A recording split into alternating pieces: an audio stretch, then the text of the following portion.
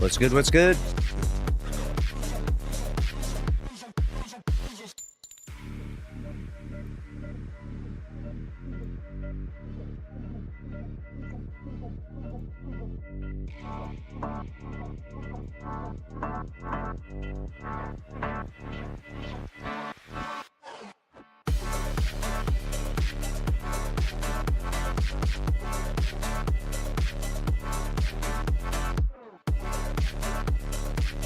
All right, we got all set up. There is Destiny news, yes. We got Destiny news. You gotta check out the petition. What's good? Let me give a shout out in the chat to everyone that's here. Appreciate you tuning in. We got Erikai, Centipede, KBG, Pokemaster, Fabricus, Chelsea, Beezy, Lardy, Revoker. What's good? What's good?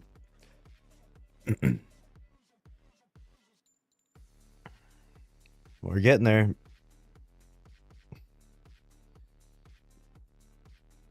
We are 7 votes away from 400,000, it says, currently. So maybe it needs a few more minutes to refresh. We're really close, though. That's awesome. We'll cover that when we pass the 400,000 mark. Been watching since D1. We grew up so fast. What's good? Happy to have you here watching for a long time. What's good, Fabricus? I'm having a great day. Having a great day. What's good, Sir Blue? All right, so we got experimental PvE mode coming to Marathon. Okay, this is Bungie's attempt to save the game.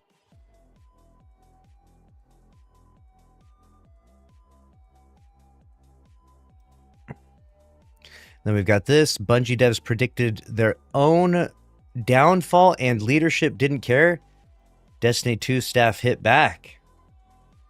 Goddamn. What's good, Revoker? What be thy news? That's what I'm saying. What happens if we get 400k?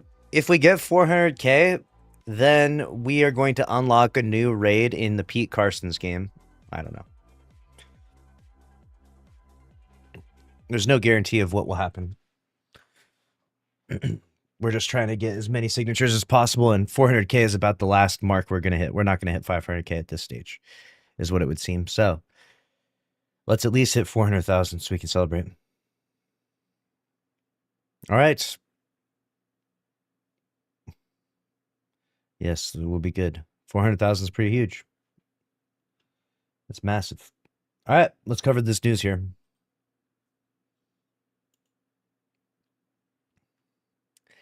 Bungie devs predicted their downfall and leadership didn't care. Destiny 2 staff hit back. Oh boy, this is about to be spicy. I already know it.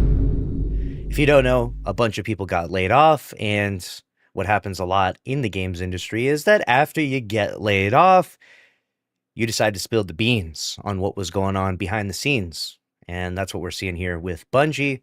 And so I'm sure there's some fun reports to read here from ex-Bungie devs showing what was actually going on and the reason why there was so much chaos, and truly the reason why the last year of Bungie felt like they achieved entropy. There was nothing they could do right, it seemed. Let's see what we're cooking up here.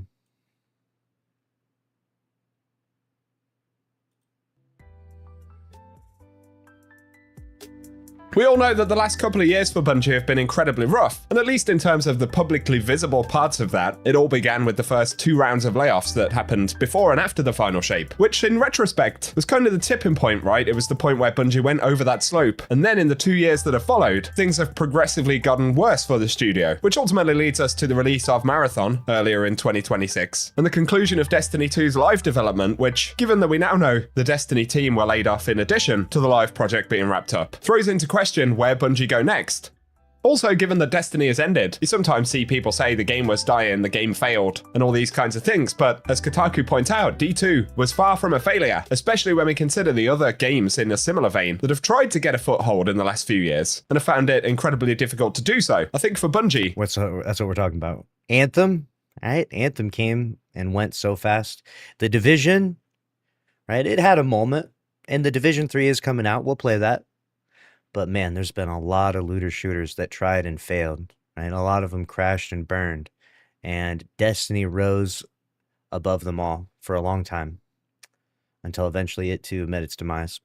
Their main asset has always been the talent that they have in their sub-leadership and the teams that actually make the content, right? Because even when you look at what was a rocky Destiny 1 launch, and arguably a rockier Destiny 2 launch, given that Bungie had set the precedent of what Destiny could be in the second and third years of the original title, Bungie managed to survive, right? They always managed to claw it back, and people knew that there was enough magic there, that it was ultimately possible, and that's how Bungie kind of held on to the Destiny franchise for as many years as they did. It's an interesting premise that's being put here, which is that Bungie has so much talent, therefore they could recover. And I'm not saying it's wrong to have that perspective, but I feel like the idea we should have here is that Bungie had a really good vision with Destiny 1. They had put a lot of thought and effort into it, right? It was like 5+ years of just, building that huge project. And the product that they created with that was really good. And when they tried to launch Destiny 2, they tried to mix up the ingredients a little bit, and they just forgot. They lost the plot. They took away random roles, double primaries. So many things just didn't make any sense. So confusing. Things that no one asked for. Problems that didn't exist in Destiny 1 were not solved with Destiny 2, and that's really the big issue here. And the reason why they were able to adjust and change is because they just reverted back to the genius of Destiny 1. I don't know if I'm going to attribute it all to their immense talent necessarily, as much as they had to lock in or, enter the unemployment line, and they had to go back to the original vision, the one that carried them and got them there.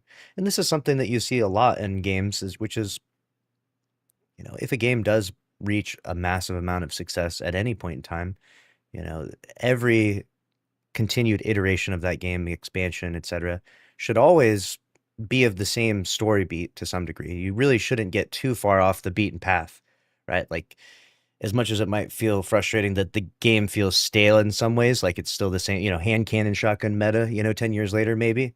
It's like, that's just Destiny, though. Like, that's what the game is. And that's like the way it should be. Like, it shouldn't be, triple primary meta. Like, that seems way more bizarre, in my opinion. And of course, when it was announced that it was all coming to an end, we've seen various folks who've been involved in Destiny, the community, who've worked on the game in one form or another, including people like Brandon O'Neill, who of course voiced the Crow, giving their farewells and indicating their frustration at how things have gone. But that even extends to other folks, like DMG, head of communications, who's always been very close to the community, who'd said, "Do not go gentle into that good night," with an air of defiance, despite the fact that he is still a Bungie employee. And I started saving comments from Bungie developers about their vibes and feelings following everything that's happened over the last few years. It is a funny thing that DMG says, "Don't go gentle into that good night," and then he still remains with Bungie. It's very interesting, right?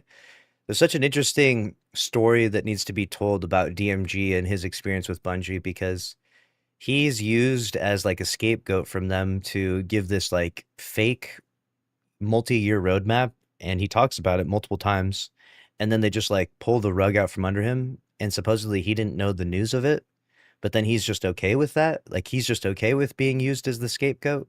There's something really weird going on there. I can't quite put my finger on it, what's going on with DMG and Bungie, but one day we'll get the behind the scenes story, because it just, something ain't adding up. You know what I'm saying? Something just ain't adding up. And maybe it's just he just wants to have a job, and it pays really well. And right now in the games industry, it's super hard to find work anyways because there's thousands of layoffs. So it's probably that if I had to guess. Bro just wants a job. He doesn't care. Like, he'll just do whatever. He'll say whatever to keep his job, probably. That's my inclination that I get from it. But there's definitely some weird behavior acting there. And you would feel like he would be pretty frustrated and feel betrayed by Bungie and probably not want to work for them after being literally shit on and used as the scapegoat for this like fake news of there's this multi-year roadmap that never came out. Instead, he's just like, well, guess I'm a marathon dev now. It's like, that was kind of crazy. And there's something that was something that I still, no one talks about it too, because everyone's just like, I don't know, they either just don't understand the context or maybe they just don't care. Like, they're just like, fuck it, Destiny's dead. That's all I care about. But there's definitely something strange there. And it's remarkable how many folks have commented on the situation and demonstrated their anger at the leadership at Bungie. As reported here, former D2 devs say working at Bungie was a toxic, dysfunctional experience, and they describe leaders who forgot that people play games for fun. Michael Zenk had added that the incredible people I got a chance to work with were some of the best in the world at what they do, and I consider all of them friends to this day. Former QA test lead Uriah Belito had said, as sad as it is to say, it felt like at some point the people in charge forgot that people play games for fun. They didn't understand that people would play Destiny just to dress up their character, more or less. So of course silly and fun things were still enjoyed. And then another narrative This stuff is like, I mean, I get it. People are going to really jump on the bandwagon of the, big bad leadership. And I understand that's like the main narrative. So I'm going against the grain here. But I feel like there's a lot of vague posting. Like, I want to know specifics. I don't want to hear, well, the leadership forgot what it was like to be a gamer or something. I want to know specifically what they said no to and what they said yes to and what the budget allowed. And, because there's just a lot of nuance that goes into this. So to just say, like, yeah, all the leaders forgot what it was like to be a gamer, it just feels it's like a vague post. It's just not interesting to me. And I'm sure there's more to it, but it's just this continued narrative of all of the Bungie devs are completely innocent. They're all angels. They're all the best and hardworking people in the world. And the big bad leadership screwed them over.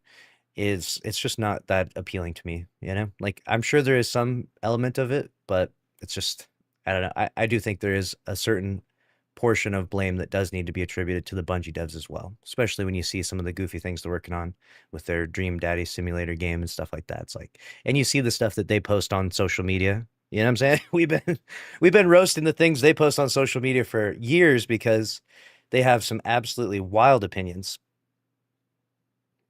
Remember the guy that said that Gambit is pantomimed sexual abuse? Yeah, that's a Bungie dev. That's interesting. That is that was the guy that worked on Gambit, by the way. designer praised the team that they worked with and said, I'm very sad at how D2 was cut short. Yeah, someone said it's always someone else's fault and it's tiring because no one takes accountability. That's what I keep saying. I hate to beat a dead horse here, but it's always someone pointing the finger at someone else. No one wants to take accountability. No dev says, like, we could have done this better as a company. We could have done this better, or this is what I learned from this situation. Instead, it's just pointing at leadership and saying bad. They are the bad ones. Everyone be mean to the bad men in leadership. And it's like, it's frustrating because the problem is that now we're also trying to hand the opportunity over for them to make like a Destiny 3, right? And I just worry that if we haven't learned anything from the failure of Destiny 2, like nothing at all, right? Let's say we learn nothing, then we're likely to repeat those mistakes again. And I don't want to see a Destiny 3 launch and die. Like that would be so bad. Could you imagine how bad that'd be? Imagine a Destiny 3 launches and it's like just terrible and no one plays it because we let some goof ass fucking weird devs make it, had the wrong vision and never learned anything from their failures in Destiny 2. It's still grateful and proud that What is the incentive in taking accountability? Okay, so someone said this in chat. The incentive in taking accountability is to learn from those lessons and to not repeat those mistakes again. Right? Like that's the real key there, is to understand, like, okay, this horrible thing happened. I need to like learn from it. I need to like have some resolve from it. And anytime you go through any experience in your life, you know, where you mess up or where things don't get the outcome that you were hoping for, unless it's just completely random chance, right? It's very good to sit with it and think about it and try to have some understanding of what your contribution was to that thing and why it didn't work out the way it did. And only then can you properly plan and strategize for the future to not find yourself in that same mess, right? Like you could apply this to so many different situations that I'm not going to bother giving you an anecdotal example, but it is important because without it, you just make the same mistakes repeat over and over again. Time there was useful and valuable, both to players and myself. And then, as we've seen, others were far more direct and scathing, really. As Robert Brooks, the former narrative director, had said, it turns out the real Destiny killer was Pete Parsons. And he'd added, don't worry, they're suffering in their multi-million-dollar payouts. And he'd ultimately commented on some of the lore we got with Monument of Triumph, saying, me seeing this lore, oh, it's so over. This feels like the write whatever you want, this is the end level of things. I'd never expected to see half of this stuff make it into the lore. And of course, Monument of Triumph contains threads of unreleased stories and hints of what could have come next. Plus, Robert Brooks teased he had an idea he never got to pitch about a post-Final Shape story involving a human guardian risen by a hive ghost. They'd have had the antagonist role for a while, and then, in one story beat, get the helmet knocked off or broken to reveal it's Amanda. The idea would have centered around Crow, on the other side of the do we tell them dilemma, all while trying to figure out what this renegade guardian was trying to do. I had this idea that she'd have armor to make her look like a lucent hive, but it was never more than just a few ideas dotted down on a notepad, and it's interesting because narrative folks at Bungie, and the kind of sub-leadership teams that ultimately direct a lot of the content that's actually produced, have been pitching various Destiny projects for, well, years at this point, which unfortunately never got any approval from Bungie. And there were various other... And things like that, you know, I feel like we create this narrative where certain things don't get approved by Bungie. Like there's a million good ideas, of course. Like there's like, just as Christopher Barrett said, and he's not trying to say that the devs are bad and that the leaders are good. You know, it's a culmination of things. Christopher Barrett said it pretty well, and he's literally one of the most powerful people in Bungie's entire history. He said that at any given time, there's 200 ideas being passed around. It's not like there's just one idea like, hey, we should do this. We should do player housing, you know, like just randomly on a Wednesday, they're just like, yeah, that would be a good idea. Like there's like thousands of other games. There's millions of ideas. There's hundreds of employees working on this project that are pouring their time, energy, and effort. Like, yes, there's things that don't get greenlit. There's probably thousands of things that didn't get greenlit. The whole point is to sift through and pick the things that are the best and the things that fit within the budget and greenlight those things in hopes to build and grow the Destiny audience and make the existing fan base happy. And so, yeah, there's going to be a long laundry list of things that didn't get brought into it. And there's things that got brought in that were absolutely terrible. Like the portal was an absolutely terrible idea. Like, let's be real. That was trash. Matter Spark, we could have probably done without that, right? Matter Spark got the green light. And I don't know what alternatives there were for Edge of Fate's campaign, but I can imagine that most other gameplay mechanics, aside from Matter Spark, would have landed better, right? And then you have Renegades, which had some redeemable qualities, but largely Star Wars slop, right? These things get the green light and other things don't necessarily. And I'm not saying that player housing, I would have liked player housing, to be fair. I wouldn't have minded that, but I don't know if that necessarily saves the game, right? Like, let's be real. If Edge of Fate launches and they're like, you know, player housing, I don't know that we're all just like cheering and screaming and like Destiny is so back and we're back to Forsaken numbers, you know, overnight necessarily. It would be cool though.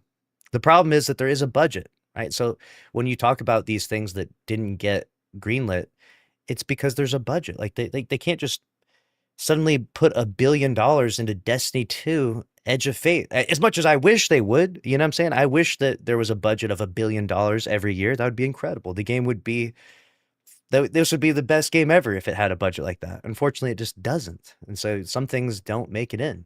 And that's okay. Like you have to just be realistic to the situation of like how game development works. And I'm not some game development expert by any means, but I know enough that I can see, you know, why these things don't happen. And like you have Christopher Barrett, who's literally the former game director of Marathon, environmental artist in Halo, super influential guy, talking about this, saying, yeah, like this is just like normal, common practice. This is not like, it's not like Bungie is doing something completely abnormal from every other game studio by any means in the situation. Kind of more scathing comments from former Bungie folks. A lot of money didn't go into Destiny, as ex-Bungie devs blame leadership greed and not Marathon for funding issues as Destiny 2's final update approaches. I understand that Marathon is symbolically gonna feel like that bad choice that Bungie made, and I don't think that will ever change, but ultimately I do agree. You can't really blame the object in this instance, but you can blame the creators, right? Which of course are Bungie's leadership. Liana Rupert had pointed out, listen to the devs. Marathon was a gamble, right? That's the way I phrase it. Marathon was a big gamble. Their hope was that they would gamble and win. They've gambled in the past, right? They gambled many times. Bungie is a gambling company. Right? I'm surprised we don't have a gambling sponsorship with these guys. They're gambling, right? Pete Parsons, he's out at the craps table right now. Right? This guy is definitely a big-time gambler. You got to believe that. They gambled at the very beginning when they took their deal with Microsoft after working on a game on Macintosh. They gambled after leaving the most iconic FPS title of all time, Halo, to make their own game, Destiny. They gambled again to make a sequel that absolutely flopped on launch, but came back in the end and brought us a bunch of awesome memories.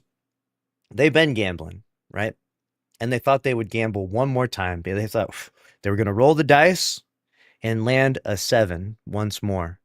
Unfortunately, Marathon was snake eyes, and they lost. They lost it. And they burned our money, right? It was our money that went into their studio because we enjoyed Eververse cosmetics or whatever, right? And we funded all this Destiny stuff, and that shit got funneled over into their different incubation projects, which all flopped and failed, unfortunately. Calling out leadership for their greed. And this was one of those comments where it was indicated a lot of the profits, a lot of the money didn't go into Destiny, which was reported on other occasions as well, where in the instances where Destiny was particularly profitable, it seemed that a lot of that wasn't reinvested into the Destiny franchise, which ultimately has been part of this kind of slow death of Bungie's ability to continue producing Destiny. Liana Rupert specifically said a lot of that money went into leadership's pockets. She'd also indicated that she had been blacklisted by former CEO Pete Parsons for comments about this underinvestment. Other former developers, following the layoffs in 2024, had described leadership at Bungie creating a cool kids club, where devs who disagree with decisions from higher-ups were reportedly put on a list, berated publicly, and told that their ideas didn't matter. And a former dev is quoted as saying creatives were shut down on a core level. Some of the ideas that they pushed to management were the suggestion that Destiny could move to a subscription model. In this reporting, higher-ups had supposedly blocked devs' abilities to add armor glows to Trials of Osiris armor because they feared they were too attractive and would divert attention away from the cash shop. I always said that it felt really obvious moving from Destiny 1, where we got those cool raid ornaments and stuff as part of Age of Triumph, into Destiny 2, that it felt like a lot of the gameplay rewards were very dumbed down, where my only assumption for a good reason to do that would be to instead encourage folks to head to Eververse, right? So devs ultimately proved that that was correct. Yeah, it's an interesting little psyop there, right? And this is something that we talked about with Bungie, and is definitely some, I don't know, shady practice, I guess I'd say. But the real key here is that you should get the most epic armor from doing the most challenging activities. The issue that was happening for Bungie is that their budget was pretty tight, pretty close. So they're sitting there thinking to themselves, how do we make a couple more bucks? Let's put this like crazy looking, the sexiest, most animated, epic armor behind a paywall in Eververse. That way we get, a good amount of purchases for this thing, and we can fund another year of Destiny, or in multiple years, or maybe even fund our own exotic, car collection, which is another problem. There's definitely a lot of money being paid to Bungie devs, and it's not necessarily specifically an issue for Bungie alone. Like a lot of these game studios, they make a ton of money. There's not a ton of transparency to the public. Like people don't want to disclose how rich they are necessarily. It doesn't benefit them, right? Like it certainly didn't benefit Pete Parsons to boast his car collection, But the part that's kind of funny about it is that, do you really think that Pete Parsons is the richest person at Bungie? Jason Jones has been there since the beginning. He's the founder. Jason Jones could probably buy Pete Parsons' car collection, light it on fire, and then buy it twice over. Like, bruh, like these guys are making insane amounts of money. And so the idea that it's just him is pretty silly. There's definitely a good amount of people that were cashing in big. And it sucks in the end when the project dies. It's unfortunately a part of just these capitalistic, greedy corporations and the way things are structured. It would be nice if more people had this approach where they really appreciated the art and they were willing to invest everything into it because it's their life's work. And some people are like that. Some people, the art is everything to them. This is their life's work, this project, Destiny, Halo, Marathon, maybe, right? Whatever it is. And they are willing to live a much lesser life than their counterparts, right? Like the other CEOs of multi-billion-dollar game companies, they're all rich too. They're willing to live less because they want their art to live on and to achieve the highest degree of success and praise. And they want to win Game of the Year, right? This just isn't the Bungie guys, though. These guys are not, there's some artistic qualities there, but these guys are capitalists, right? These guys are very much capitalists. And you go look back at their history from the beginning until now, and they made the most capitalistic decisions time and time again. Like they're making the greedy decisions all the way. And then at the very end, when a few guys cash out with tens of millions of dollars and everyone's screaming, you guys are so greedy. It's like, you're finding out about that now? Is that your first time here? These guys have been greedy. They've been getting roasted for being greedy for like 35 consecutive years. This has been their MO forever, right? And so it sucks, especially with Destiny 2, because our hope is that the project would carry on from a new hand, maybe. Like, even if it turns into a little bit of corporate slop in some ways with Sony and fucking battle passes and God knows what else, fucking loot boxes all of a sudden, perhaps. The hope is just that, okay, even still, let's just continue the Destiny story and narrative. And, you can optionally buy these cosmetics if you want, or loot boxes if you have to. I mean, it's not in the game yet or never went into the game, but you know what I'm saying? Like, we kind of expected that was the route. Unfortunately, it was mismanaged and they added a bunch of crazy shit in the game in Lightfall, and then the whole project just goes belly up. And I think that's the part that's frustrating, is I feel like the Bungie devs were greedy until they made so much money that they just stopped caring, and then they just let it all die. And I think that's the worst part, is like they got old. So they're, Jason Jones is 55 now. So he's like, fuck it, dude, I'm old. I can just retire. I don't have to, leave any of this on. And maybe he couldn't pass it on. Maybe he tried to pass it on to someone else and it didn't work out. I don't know. But it sucks that the project had to die with him, that it couldn't live on beyond him. And that the greed in the end is definitely not the whole story, but it's a contributing factor. There were also reports of a former member of Bungie's HR department covering up various allegations and issues that had gone on with workforce in the studio in order to get a multi-million-dollar payout after Sony's buyout of the studio. Recently, Bungie actually settled a lawsuit with former game director Chris Barrett, where this lawsuit had initially been thrown out of court, and then in a different state, Bungie decided to settle that lawsuit, where I think Chris Barrett was looking for something like $200 million. And I don't want to get into speculation about who was right and wrong here, outside of the fact that if Bungie and Sony were convinced that they could win in court, surely they'd continue to fight that lawsuit, but instead they decided to settle. And one of the big reasons that this may have happened is that they didn't want this case to go into a discovery phase where a whole bunch of information about internal issues at the studio, indeed including what had happened to Chris Barrett, could become public. Christopher Barrett's sitting on some fucking dirty secrets. He's like, all right, motherfuckers, you want to go to bat? Let's go to bat. Dude, I kind of wish it got to that phase, just because that would have been quite the expose, right? You know that Bungie has a long history of doing some, frat boy stuff, right? We go back, we watch some of these old videos from like 30 years ago. They're saying some crazy stuff. These guys, they had no PR strategy at all. You got Jason Jones talking shit about Xbox. You got like these devs talking about trying to hire more girls for their studios because they're tired of hanging out with guys. Like, what? These guys were crazy back in the day. So I can only imagine that if it went to the discovery phase, that 35 years of that probably is pretty bad. There's an instance of someone mooning in the studio. Like some guy got up on the second floor, from what I've been told, and there's like a big glass window, and he just pulls his pants down in the middle of a work day at Bungie and shows his ass to everyone, all the 1,000 employees. That's a real story of something that happened at Bungie. That's like, dude, this is these guys are crazy. Would take as an indication that there were potentially serious issues with workforce and the treatment of that workforce by leadership, right? And I'm not saying that in support of Chris Barrett or to denounce any claims about what he may have done, but it indicates that there were serious issues in the company. Former staff had also reported that leadership... Yeah, I think that with the Christopher Barrett lawsuit, it seems like he got the better end of that in terms of outcomes. Like he seemed to say like, oh, I'm happy with the outcome and things got settled. And he's not going to say like how much he got paid or didn't get paid or anything like that.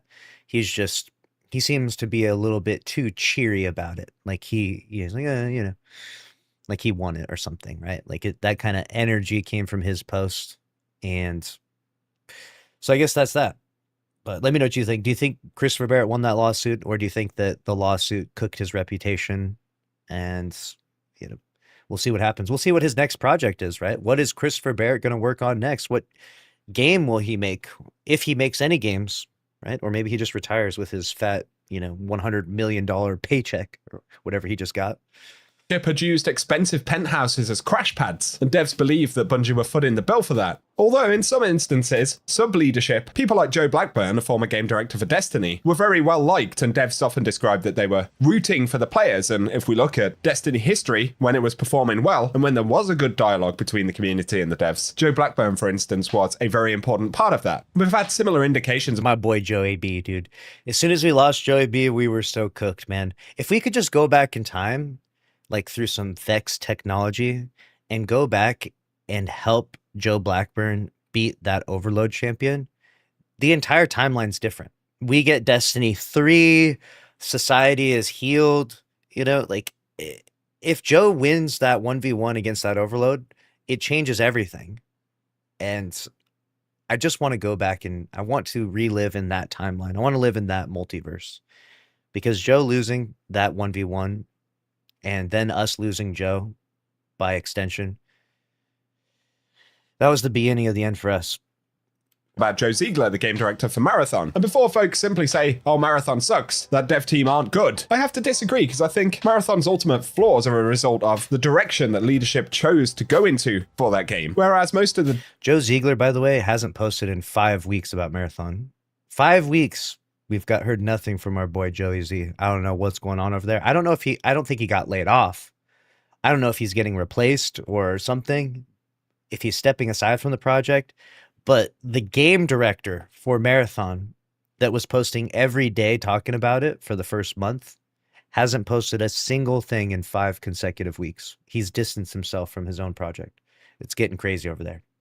Dev team for Marathon, which largely include people who've worked on very popular Destiny releases, I think were able to cook something up under really bad conditions, potentially even a bad concept, and still managed to do something kind of unique. And certain elements of Marathon have that Bungie trademark, the gunplay, the movement, the PvP action. I know not a lot of people actually like the game, but any and all of the things that are actually good about it are a result of that dev team, right? Following the art controversy around Marathon, former devs say Bungie was extremely toxic and humiliating to work with, going on to say that Bungie leadership needed to be gutted completely. That said, every day was a fight for autonomy and trust. Every day was someone telling me I'm not allowed to speak on any issues or problem in a professional tone, being told that my industry experience didn't matter and that some failed CEO knows best. And there have been... What's so interesting about this is not just what this person is accounting for, like, because this is a he said, she said type of thing.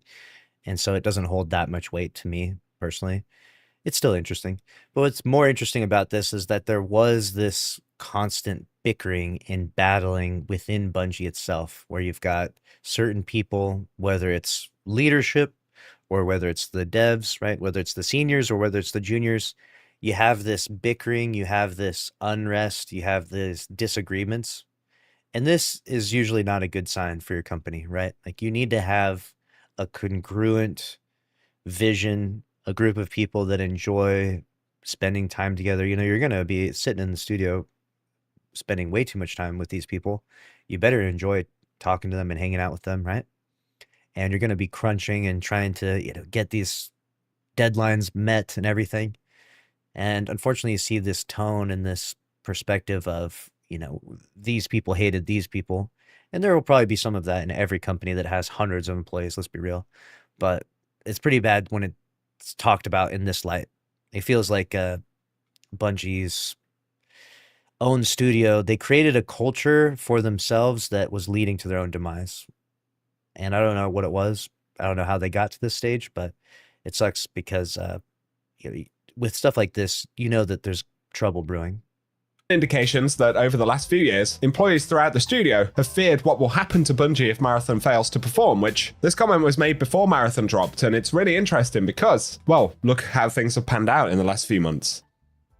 Then there was a bit of a scuffle between DMG and Mark Noseworthy, a former leader at Bungie, who'd commented on many of the game industry's problems being linked to the market as a driving factor, which is absolutely true, but they'd also suggested that this was a bigger factor than studios not actually focusing on their audience. DMG had combated that statement and said it feels somewhat disingenuous to place blame purely on the market without asking for accountability from leaders who made multiple years of poor decisions too. And Noseworthy had commented saying, "I'll assume That's so crazy, right? That was a big drama. And the idea was that Mark Noseworthy is focusing on the market conditions, how the games industry is going through a turbulent time.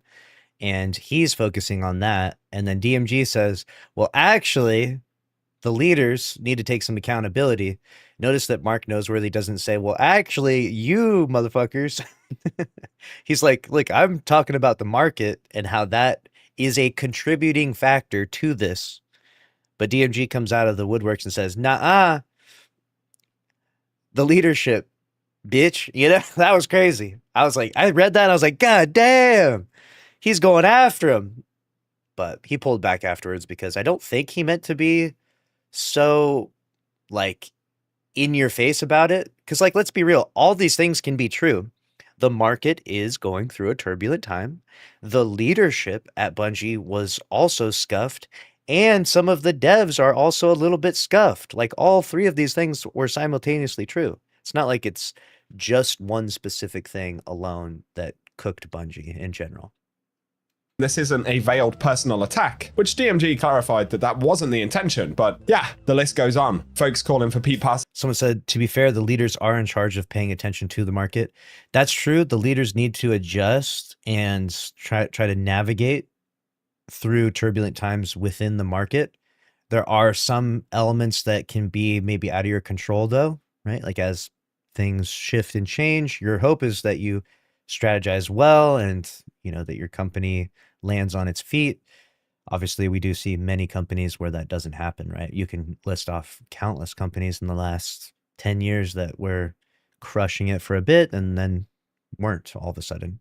And then there's other examples of companies that are just like seemingly, like they can't be defeated. And they continuously adjust and adapt. And you kind of hope that you got leaders that are like those guys, right? The leaders that can change and be nimble and navigate even the most turbulent market conditions. That's what you really hope for. Unfortunately for Destiny, it was, we were kind of riding the bubble is what it seemed like. And so once we met even the tiniest speed bump, it was a fatal blow, right? Like, I'll give you a good example. The speed bump that's happening right now is affecting other games too, but it's not a fatal blow to them, right? Like, Arc Raiders is going through it's probably more than a speed bump. They've lost a lot of population, right? So they're going through a big hurdle, we'll say, but they've made enough money from their first 6 months that they can sort of navigate it for the next year or two, or maybe even 3 years, right? That's kind of what you hope for, but Destiny was cutting it pretty close, which made it pretty tough for them. to step down. DMG had also described the move to lay off people in 2024 as inexcusable and accountability falling upon the workers who have pushed the needle to deliver for our community time and time again, as opposed to any of the leadership at Bungie. It's safe to say loads of anger has been directed to leadership, and one of the other components here, when we look at the things that Destiny players want, the opinions and vibes of Destiny players as it relates to Bungie's leadership and handling of their franchises, they actually align quite a bit with the way that former developers speak about Bungie. Of course, those people weren't in a position to criticize their employer at the time they were still at Bungie, but ultimately we've learned that many of them wanted the same things that we wanted as Destiny players, because ultimately I think you can only really get into game design if you like video games.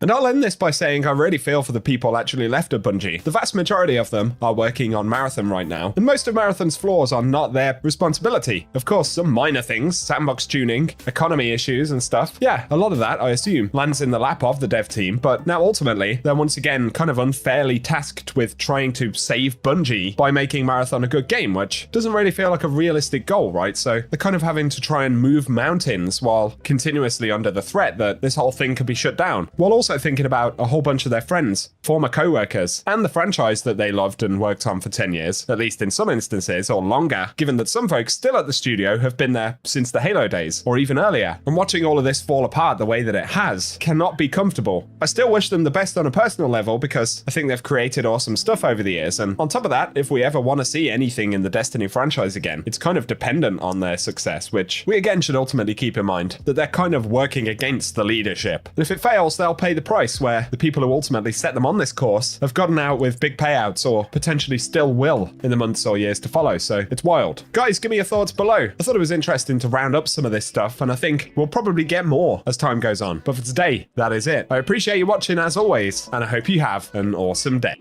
All right, there it is. That was Houndish on Bungie devs predicted their downfall and leadership didn't care. Someone said Disney, the company, has a policy where they never go in the red. They have a whole method for it. And I'm sure that's a true situation for them, but they also did, launch I guess Snow White and Tron Ares, which both kind of tanked. So there's no way of always winning, right? That's really, that's the company that does the best, the company that always wins. But unfortunately, everyone catches L's at times, it would seem. Even the companies that seem to be the most undefeated do this. Like Fortnite just laid off 1,000 employees. Arc Raiders, which was just crushing it for so long, is going through a really big downturn right now. I can't even believe how far, Marathon has started off pretty bad. And so it's understandable that it would be, struggling. It didn't have a good start, basically. But Arc Raiders had an incredible start. So it's pretty crazy. And I do feel bad for the Bungie devs that are losing their jobs, just because I know that losing your job in this economy right now is absolutely awful. I don't want anyone's families to suffer and things like that. Unfortunately, though, there is many lessons to be learned from this, and I don't know if we're going to learn them. That's what it feels like. It feels like we're just going to blame leadership and blame Pete Parsons' car collection and then say that's it, and then move on to the next thing. And then when we go to that next project and it fails too, then we're going to blame whoever the CEO is of that thing and say, look at how rich they are or something, right? And unfortunately, I don't think that gives us the resolve we're looking for, but we shall see. Let me know what you think about it down in the comment section below.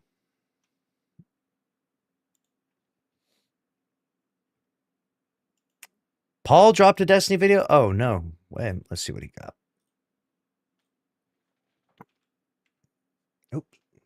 Let's go here.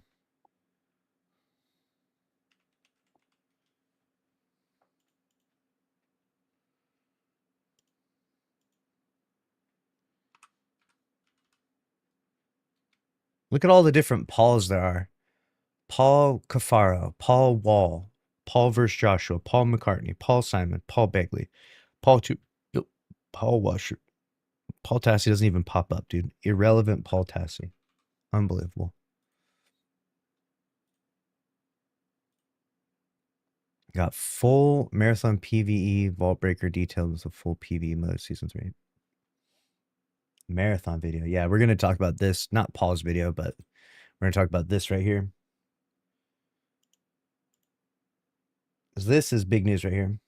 Do we hit 400K? Nice, right on the dot. Look at that. Look at that. Hanging Frank with the tier 1 sub in 83 months. Let's go. W's in the chat for Hanging Frank. Appreciate you.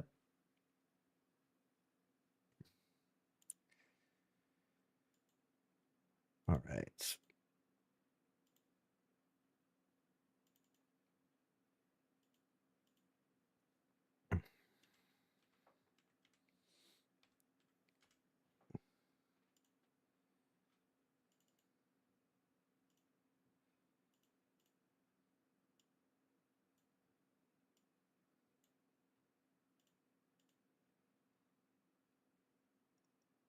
Tassie needs to step it up in the world of Pauls. Yeah, he's got a lot of competition, you know? Like, you don't want to be a Paul in this world. There's too much. The Apostle Paul? You got to compete against that? That was like Jesus's right-hand man. Fuck. Yeah, dude. There's just too many Pauls, you know?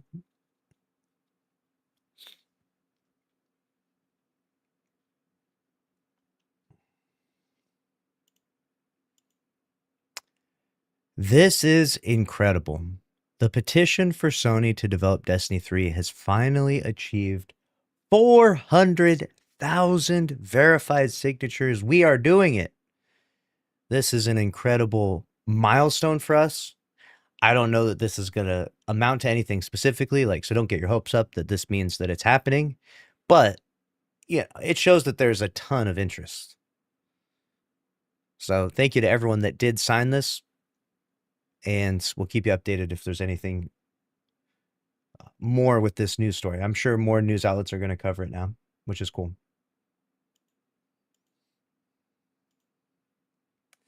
Uncle Chris P, thank you for the jewels. And then we had some other, we had Uncle Chris P, thank you for that as well.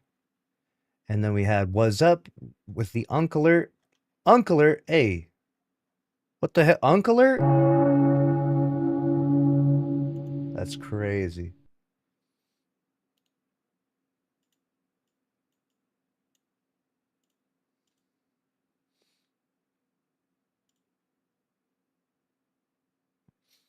All right.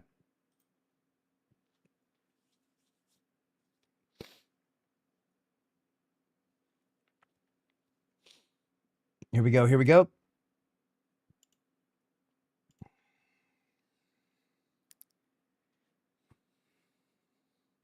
This is Bungie's last chance to save Marathon. It's called Vault Breaker. It's an experimental PvE mode, and we're going to go through all the details and see if this has what it takes to save this franchise. Marathon Mid-Season 2 Update Preview. The mid-season update is coming next week. It brings a lot with it, including our first experimental PvE mode, Vault Breaker, and a fresh batch of balance and progression updates. Let's get into it. So, an experimental mode, which means that if it fails, they're going to get rid of it. But if it lands well, then that means it's here to stay. Truly, Marathon has such a big identity crisis. Like, they really don't know what to make this game to keep it around as a live service game. And I don't know that switching it up to a PvE game is going to work, but hey, they're willing to try anything. So we're willing to see what they're cooking up out of purely entertainment. Vault Breakers utilize hit and run tactics to master the secrets of the Marathon's cryo archive. They travel light and target the archive's many vaults in search of valuable loot and deeper access throughout the deck. Vault Breaker's strategic deployments challenge the UASC's jurisdiction aboard the Marathon, applying constant pressure to defend the zone against runner incursions. They strike during quiet moments while rival crews are focused on Tau Ceti 4 to keep the UASC off guard and to maneuver with more focus, free of the chaos of a contested zone. When Update 115 arrives on July 21st, we're just 5 days away from this bad boy.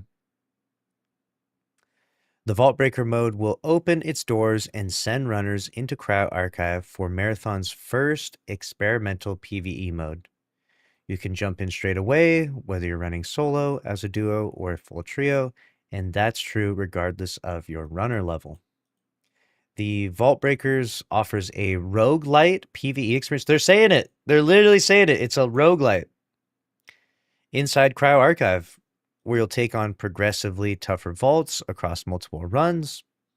You'll acquire vault data to upgrade your special sponsored kit, or spend that progress on gear in the new Vault Breaker Armory that features weapons, items, and more that you can bring back to your other adventures across Tau Ceti.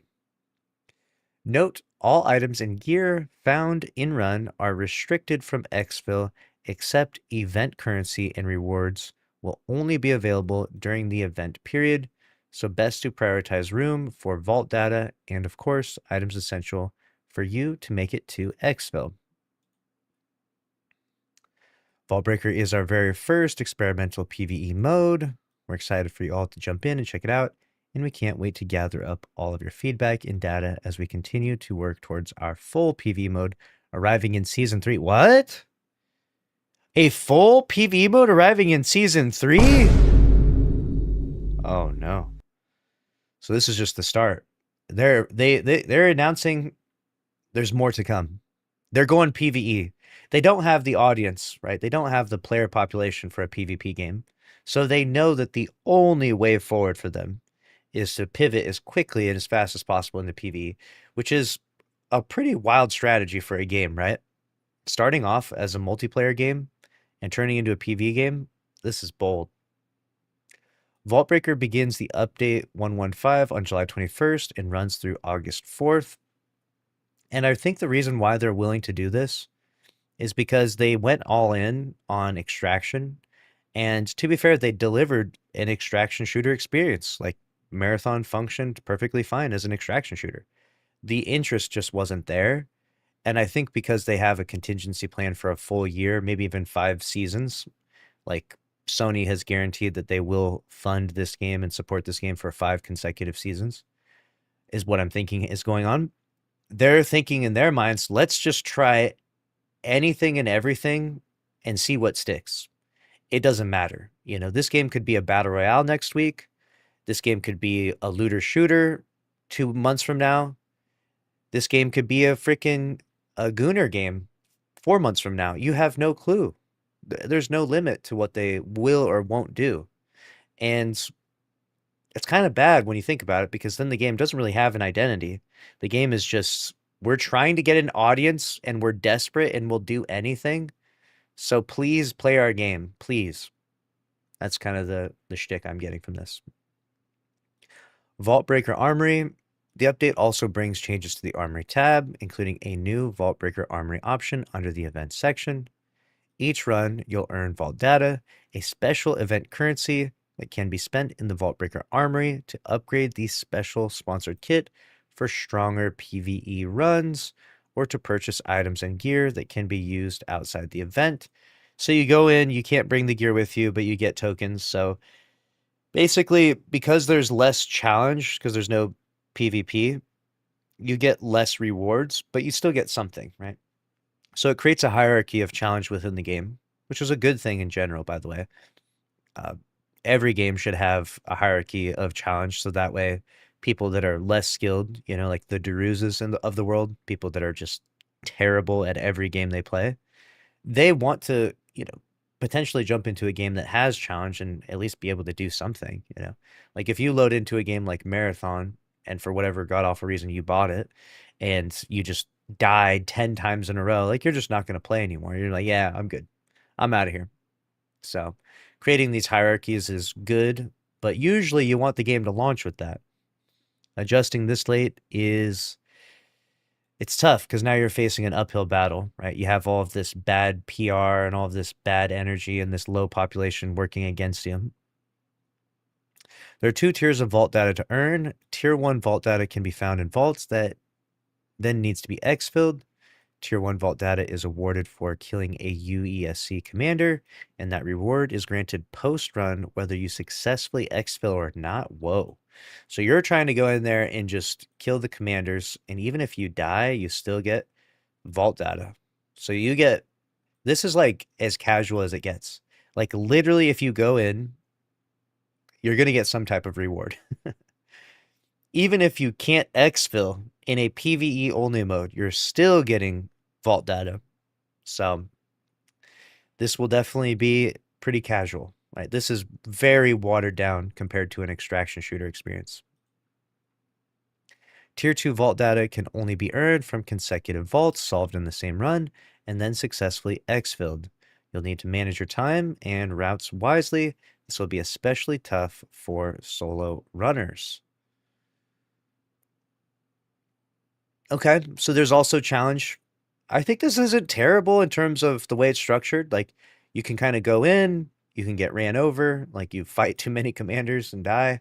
This is like going in and trying to solo a GM, basically, right? You're going in, you're trying to solo the GM, and every champion you kill, you get a token. And when you die in the solo GM, you get booted to orbit because it has on extinction, right? And then you can take your tokens to the tower and buy something from Commander Zavala, right? Like that's like the idea behind it. And if you do make it all the way to the end and successfully solo the GM, then you're going to get the biggest and best rewards. So, you know, I mean, in terms of like a PvE structured playlist, it's not a bad structure. Now, is the moment to moment gameplay going to be fun and challenging? Is this going to ignite a passion and an interest from the existing marathon player base and the larger gaming community? That still remains to be seen. I think that they'll probably launch it with a free to play week as well to maybe help incentivize and boost player numbers. If you don't know, the population has gotten so low now. They're on multiple consecutive days of less than 2,000 people at its low point. So free to play is about the only way we're going to get people in this game at this stage. And even that is problematic because countless people have had the opportunity to play the game free and still not played, but they've never had the opportunity to play the game as a PvE game free. So I imagine this is the strategy, right? Like I imagine free to play is going to be announced in tandem with this. Armory offers. The armory features a variety of gear and items, including a daily rotating weapon deluxe, cryo key templates, prestige weapons, and more. It's worth noting that some pinnacle rewards stock will remain fixed in number throughout the full event. Here's a quick look at how the weekly rotation breaks down. Weekly offers. Tier 1 vault data items will have limited weekly stock, depending on the item, with either 3x or 5x available per week. Tier 2 vault data items will include higher tier rewards with 1x limited stock per week, or players can convert that currency to Tier 1 at 5x per week. Limited offers. Prestige gear will be available, and you can grab one of each during the event. Grab them while you can. Note, purchases made from the weekly and limited offers apply only to standard marathon activities. Only kit upgrades will alter your loadout in Vault Breaker. So they probably want to set some limitations, is what it seems like. So that way people don't just play the game for the PvE mode. Like this is a good thing to not have an oversight on, because if you implement PvE into your extraction shooter game, you run the risk of people just liking the PvE and not wanting to play the rest of it. And the goal is to, use this as a stepping stone to get people out there doing that and back into the battle. So we'll see if it works. We'll see if it converts people. I do think there's a larger audience of people that would rather just play PvE, especially for the title marathon, because it's kind of like where the game came from initially. So I don't know, but we shall see how well this does. Unique sponsored kit and upgrades. To access Vault Breaker, you'll need to equip the free special sponsored kit found in the Vault Breaker Armory tab under the Events section. The sponsored kit won't be in its final form when you first grab it. At the start, the kit is at its weakest, offering only one standard weapon, along with a small amount of equipment and consumables. As you earn Vault data, different upgrade paths will begin to open. You might want to focus on weapon quality, Others might want to focus on survivability, or they may want to get started with a wider mix of implants and cores. The path is entirely up to you. And of course, Cradle and faction upgrades will also be enabled for the event. All right, crews and queues. Looking to test yourself against the dangers of cryo, we've got a solo queue waiting for you. It's you against the UESC, and you're unfortunately on their turf. Want to bring some backup or learn cryo alongside your friends? As always, worry not. We'll have duos and trios, both for match-made and pre-made crews. And to commemorate your time aboard the UASC Marathon as you try to break some vaults, there's some unique codex challenges that will reward you with some cosmetics to show off your fellow runners. Codex challenges and rewards. Okay, you got Vault Breaker. Good. Good. Here we go. All right, so you got these cosmetics are available to you. Great. Sandbox and update highlights. Okay, weapons and equipment. We're here to highlight a couple of changes coming with the mid-season update. This will not be every change in the update, but we wanted to put a few of these in front of you early, perhaps to prepare your vaults just in case. All right, an Agent of Chaos returns. Back from the timeout quarter, the WSTR is indeed getting buffed. Excuse me? Though not quite back to its former glory, let's dive right in. The combat shotgun, the damage is increased from 85 to 100. Reduced precision multiplier from 1.05x to 1.0. Increased spread by 20% across all stat tiers. Oh no. Increase the spread. Ugh, I hate when they do this to shotguns. It's so cringe. Ugh. They did this in Destiny 2. So basically, they just make it so your shotgun just sprays everywhere, and it just doesn't work. Like it's like your RNG basically when you're shooting this thing, and this is obnoxious. I am a big fan of when you aim a gun, the bullets go where you aim.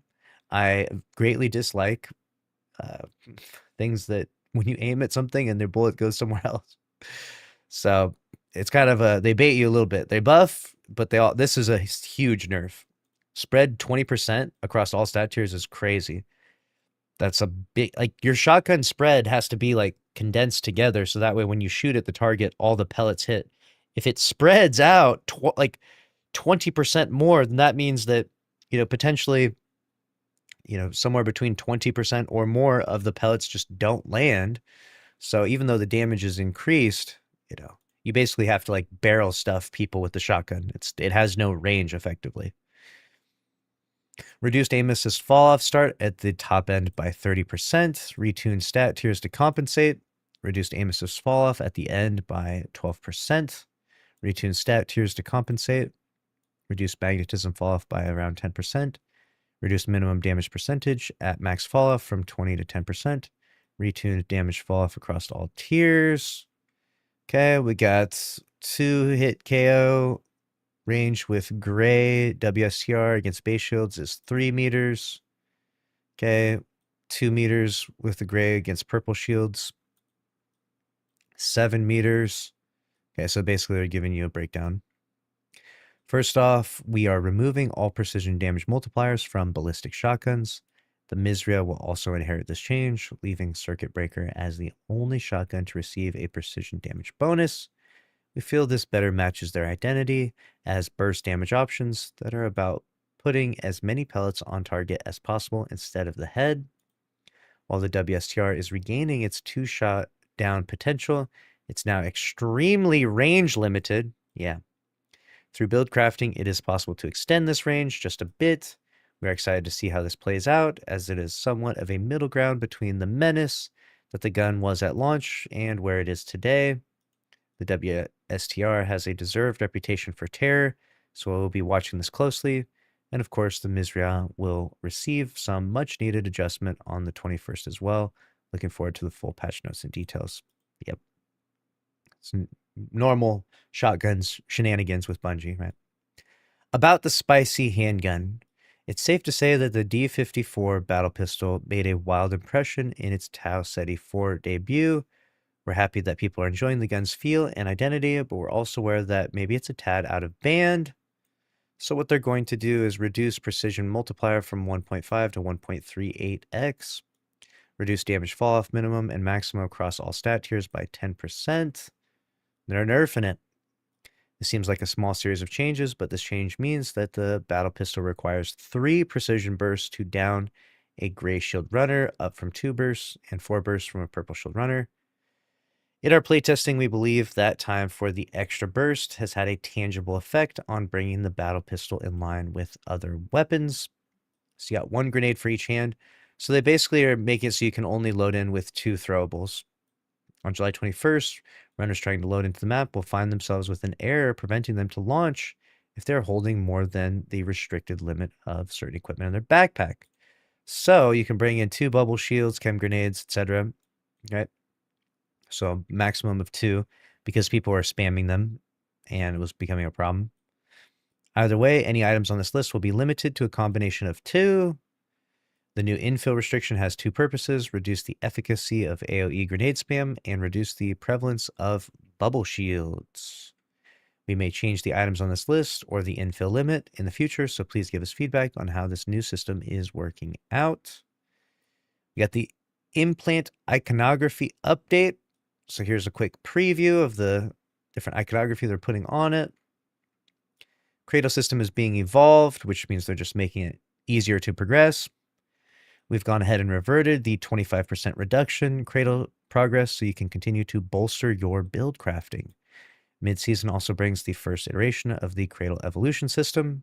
Upon maxing out your cradle, you'll now be able to reset back to 0 to earn 1 additional maximum energy point and unlock unique cosmetics. You can prestige now.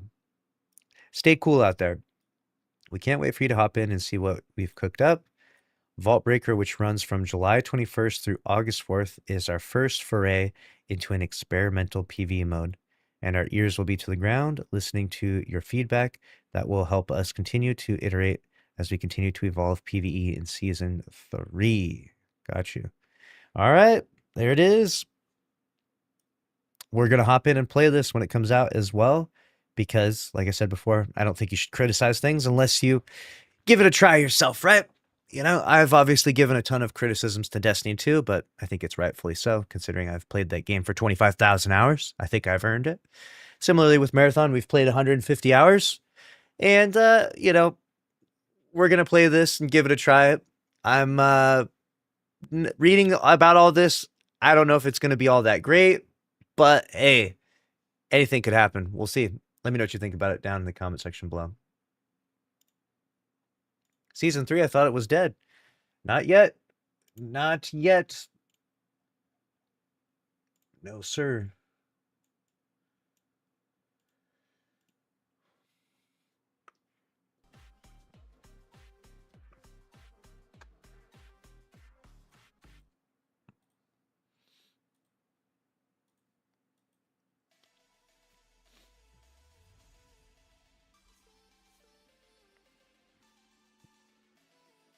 They didn't say free to play, though. They didn't say free to play, which I'm very surprised about.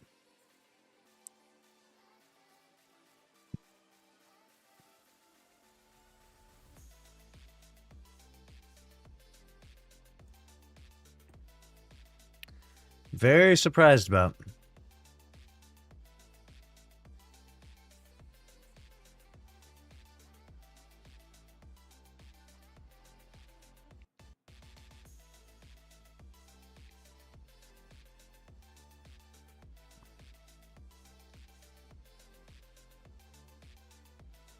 All right.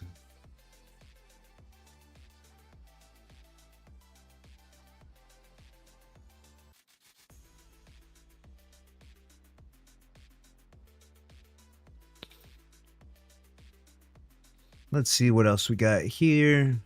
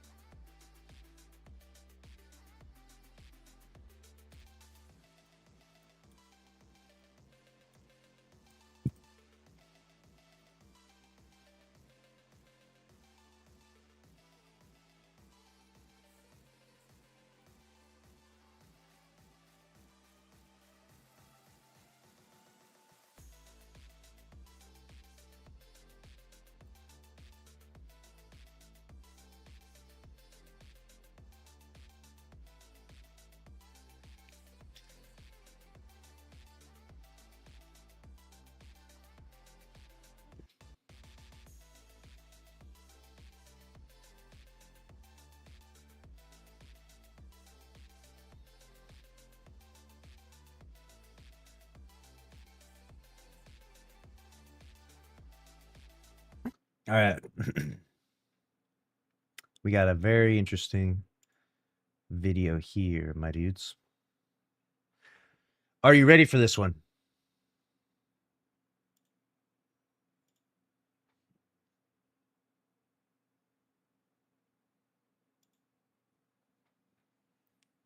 Sony has become the most hated company in the world, but there's more to the story because they have a diabolical plan. And it doesn't involve Destiny 3, sadly. It involves scamming the gamers into using their cryptocurrency, it would seem. Why are they getting rid of physical media? It's a part of a bigger strategy. Sony could soon let PlayStation users pay for games with its own cryptocurrency. Yes. Sony Bank has reportedly cleared a key regulatory step in the US and plans to launch a US dollar-backed stablecoin. Unlike Bitcoin, a stablecoin is designed to maintain a fixed value. According to the report, the stablecoin could be used to buy digital content, across Sony's ecosystem, including PlayStation games, helping users avoid traditional credit card payments and fees. And more importantly, getting you to spend money in their ecosystem, which is going to be soon a digital-only ecosystem because they're getting rid of the physical games, physical media. So you're going to have to buy everything on the PlayStation Store, and they want to funnel your money over into their, whatever this is, dollar-backed stablecoin, right? So got this guy says, Sony is going full World Economic Forum. Why did Sony push the digital conversion in 2028? Well, after more digging, I found this new information that no one is talking about, and I believe it's directly related to their decision going full digital. Sony Bank is owned by Sony, right? So they own their own bank. And they're trying to make some strategic moves here to position themselves to become more powerful, right? Obviously, Microsoft is a multi-trillion-dollar company. They've, it's hard to compete against them unless you stack the cards in your favor, right? You got Sony, and they're trying to create a digital stablecoin to use in the PlayStation economy. This will be the next tool to force you to be a member of their premium PS Plus. We just saw this practice with Call of Duty 2 and Call of Duty 3. If you were a member, you got the game cheaper. Wow. Did not know that about Call of Duty 2 and 3. Sony will turn their entertainment division into proverbial phase. You will own nothing and be happy. In the future, you will need to buy into their stablecoin to participate in any of it. That's crazy, right? Can you imagine? You have to buy their cryptocurrency to play PlayStation in the future. You don't think they would actually do that, right? That's crazy if it leads to that. People would be protesting. I also don't know if I necessarily trust Sony to run their own bank and their own cryptocurrency. They've just been hacked so many times. Like, look at this.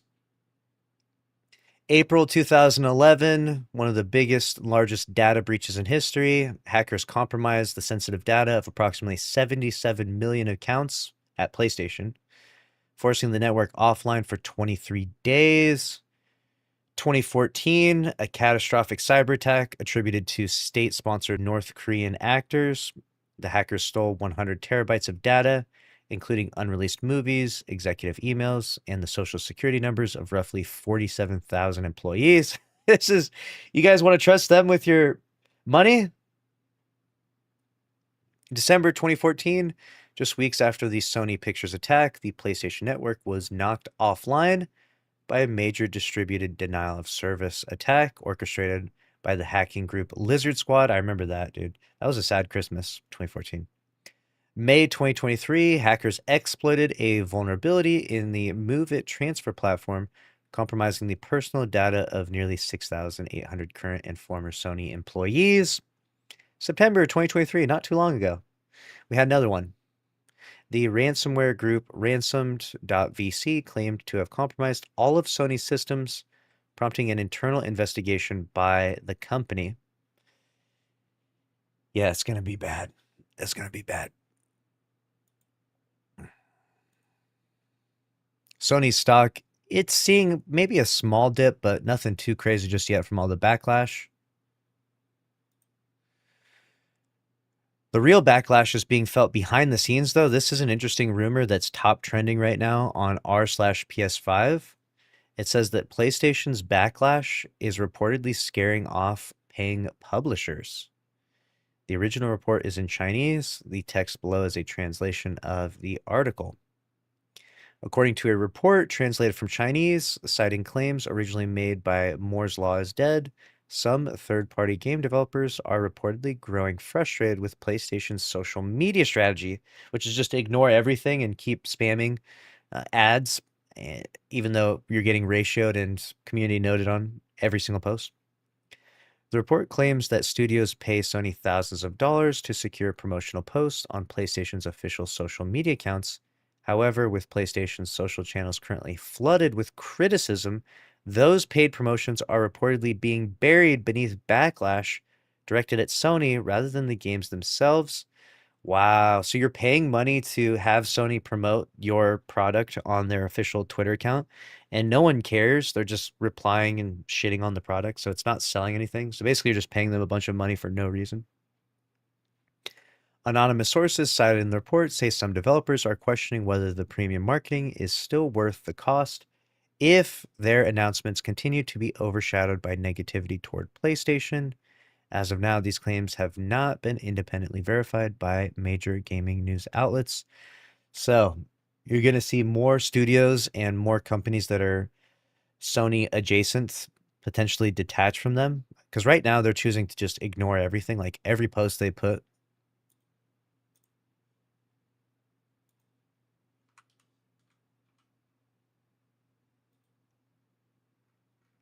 like this is their GTA post.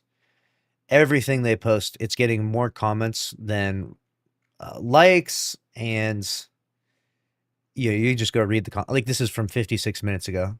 Yeah, like no disc, no buy, right? And so the backlash is being felt. And I think Sony's strategy is to just ignore it for a year and a half. Like, what are we really? You're just going to ignore this for a year and a half until 2028 comes around? I don't think it's going to work out that like that. I think that it's only going to get worse for them. It is dying down a little bit, though. I will say, like, the replies aren't as much. Like, this one only got 2,000 replies in an hour. Yeah. This one got 5,000 replies. Oh my God. Yeah, everything is getting community noted. It's so bad right now.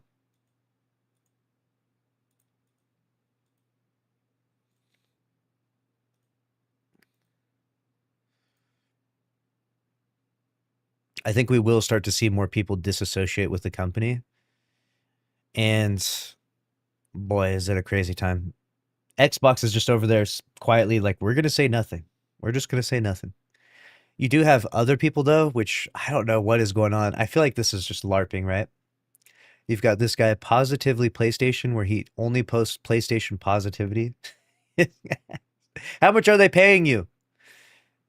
You will own nothing and be happy. No disc, I buy. He still buys. This guy is like the king of rage bait right now. He says, no matter what happens with Sony, he will continue to purchase Sony products. And everyone's just getting pissed at this guy and they're jumping him in the replies. I'm assuming he's just a parody account or something. But the discourse is getting pretty crazy around the game. What do you think, though?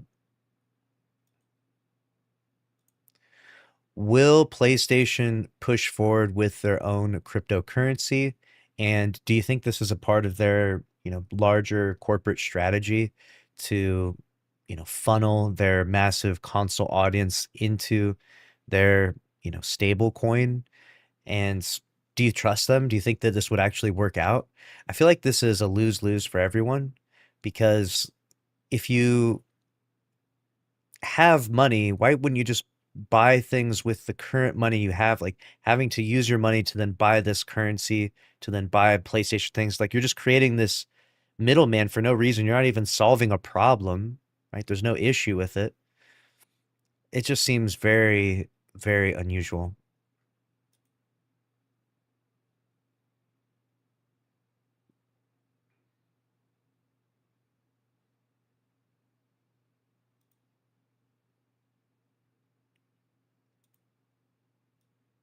So yeah, this is where the report comes to us. Let's watch this. So if we're talking about plumbing and we're talking about all the things that are being built, regardless of what's happening with the market, we have these guys right here over in Japan. Sony Bank clears OCC hurdle for dollar stablecoin. The lender's new U.S. subsidiary, Connectia Trust, would issue a dollar-pegged stablecoin once it clears the regulator's financial conditions.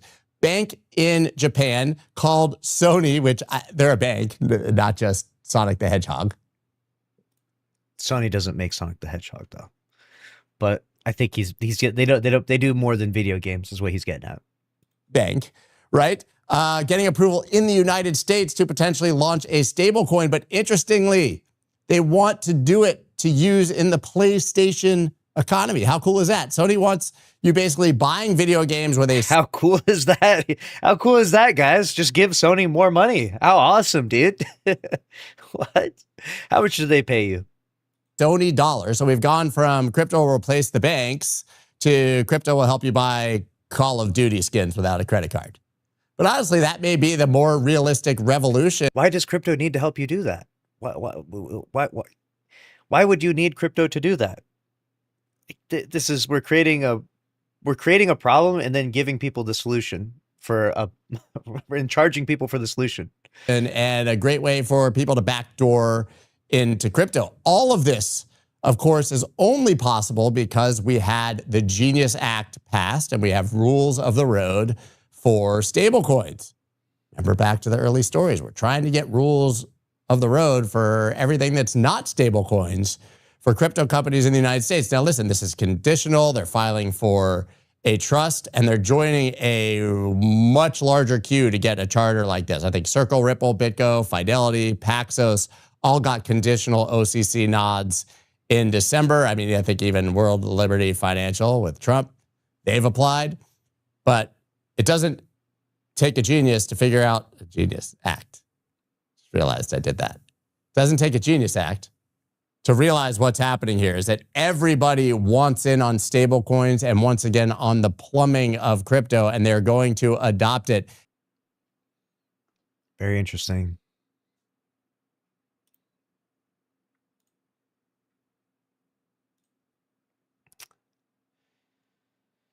Someone said, is it common for Japanese corporations to also have their own banks? I feel like I've heard of that. Still weird, though. Sony doing gotcha currency in real life? Dude, this is an insane strategy. You can see the long-term vision here.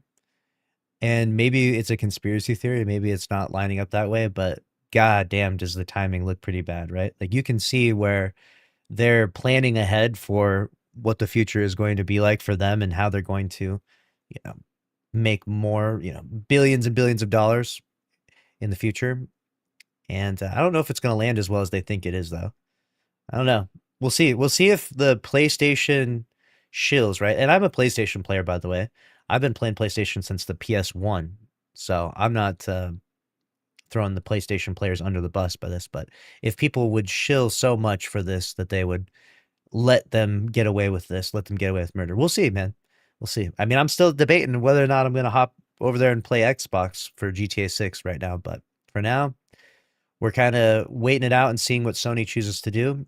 I feel like we will get a response from them soon in regards to the physical media, perhaps, but I don't know, man, because so far they've been evading as much as possible, but the pressure is really starting to mount on them. And I think that once they finally once there's a crack and they lose some serious funding, or if their stock price actually did drop substantially, if there was a noticeable monetary impact from their bad decisions, that's when you would see some change. The problem is if they continue to get away with robbing people or doing these terrible business practices, then they're just going to keep doing them. You know what I'm saying? Like, they're not going to stop. Like, what do you stop? They're making money.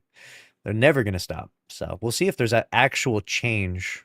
And if there is, then we'll get an announcement. For now, though, it's just, they're just doing whatever they want. And the backlash, the mean tweets don't seem to bother them, is what it seems like. Let me know what you think about it. All right. They really need to be put down a peg like the early PS3 days. Yeah. It's been it's quite the ride. I won't be buying anything on PSN with that unless it saves me a fortune. Yeah. Yeah, part of the problem is that that's what they're going to try and do. They're trying to get you in the door with making it cheaper, right? So like they make the games cheaper with if you buy their stablecoin. So you spend $20 to buy their coin, right? And then when you buy the game that's normally a $20 game, it costs $15 with their coins. So you're like, hey, it's not bad. I mean, I could, that's how they get you though. That's how they get you in the door at the start. We'll see. They're going to strategize and do whatever they can to make it happen. We'll see if it works though.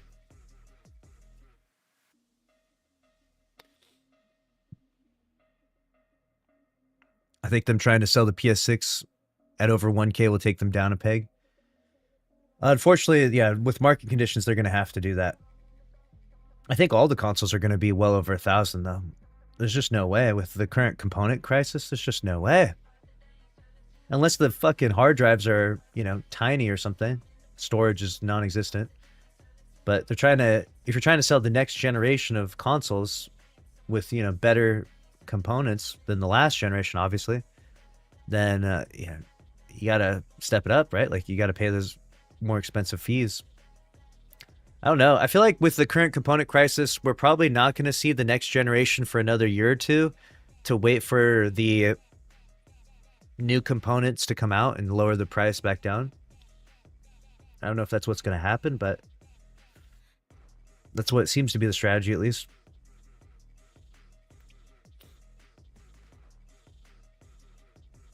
There's a rumor that early PS6 base hardware is estimated to be already $960. Wow. It's pretty expensive. I have a 4 terabyte solid state drive with heatsink, bought for $300 a few years ago. I've seen it gone up to $1,200 on Amazon. Couldn't believe that. Yeah. Outside of a few exclusives, what is the difference between a PlayStation and a PC? Nothing. Well, so you have a few things, right? The exclusives obviously are the big selling point. That's really the big one. Secondly, you kind of have the plug and play, like the ease of use. Like PCs can get a little bit problematic at times. It's not as big a deal anymore. Like I had a PC problem the other day and I was just like, I asked ChatGPT, I was like, hey, how do I fix this problem? And it was like, do this, do that, do this, do that. And I just did what it said and it fixed it instantly. So it's like PC problems aren't as big a deal in this day and age, I think. So the plug and play aspect is becoming less and less an issue. And then you have like the Game Pass or the PlayStation Plus, which offers like a library of games for basically like free or for discount, so it's a lot of different games. And so that tends to be like a, if you like playing a variety of games, like if you like playing a new game every day, it's not a bad value proposition. Like buying a new game every day is just like way too expensive. No one can really do that. Except maybe fucking Pete Parsons, but for the average gamer, having a subscription and being able to try out a new game every day is pretty cool for a period of time, perhaps. Probably not for everyone. Like, I don't think there's anyone that wants to play a new game every day, 365 days a year. That actually sounds like an insane person to me. Like, why would you ever do that? There's so many good games. Why would you play it for just one day and then move on? So I want to do the opposite. I want to play a game that's really good and I want to play it for like a month or more minimum, or longer. Like I would prefer multiple months. By the time I'm done playing it, I want there to be a new update that makes me want to play it again. That's really what I'm looking for. I'm not trying to play fucking 300 games a year. I think they removed all the free games provided by PS Plus if you aren't subbed last year. Really? Wow. I get Game Pass a month every year. Yeah, there you go. So you buy Game Pass for just a month and experiment and try some stuff out. It's cool. It's not a terrible value proposition if you really like or if you want to just try out a bunch of stuff. But obviously, Steam just has like sales and like I don't know, like you just buy it. You just play most of the games you want to play on there without it being too expensive, anyways. I feel like the PlayStation exclusives. I'm trying to think of one that's like interesting enough that would sell me. Like, what are the best exclusives? List off the most iconic exclusive games to either PlayStation or Xbox, like the ones that are the main selling points to buy those platforms.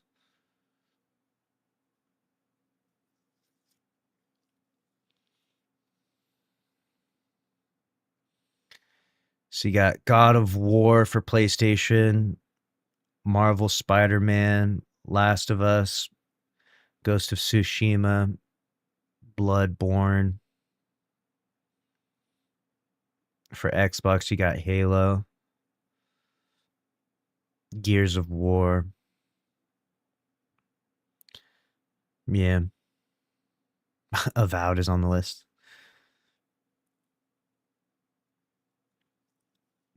For me, I was always a PlayStation player, and I remember being super sad that I didn't get to play Halo. I got so sad about it that I eventually ended up buying a damn Xbox just so I could play Halo. Surely this constant robbery of the consumer class will not backfire. Surely. Yeah.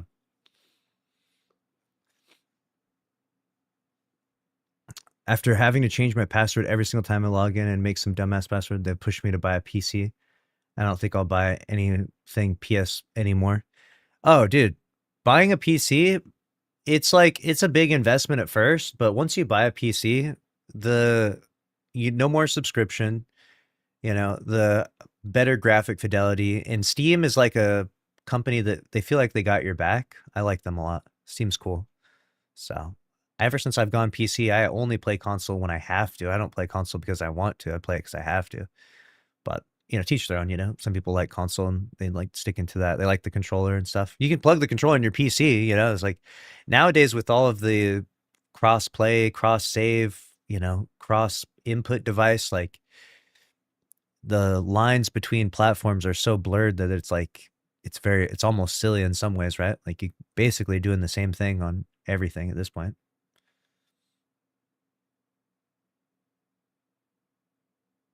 Yeah, PCs are great, dude.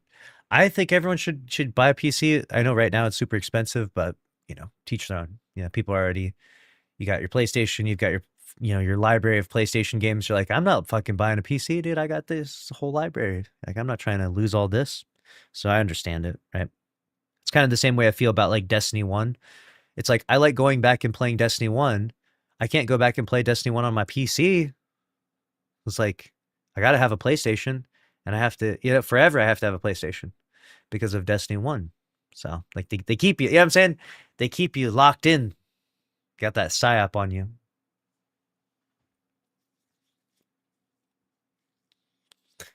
We should just wait for this AI bubble to pop.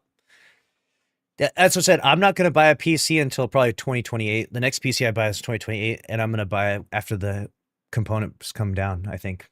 That's my game plan, at least. Hopefully they come down. And can you imagine if in 2028 there's like some new component crisis? There's AI 2 comes out. AI 2. And then you're like, fuck. And now the components are fucking $10,000 for a GPU. You're like, God damn it. I should have bought in 2026.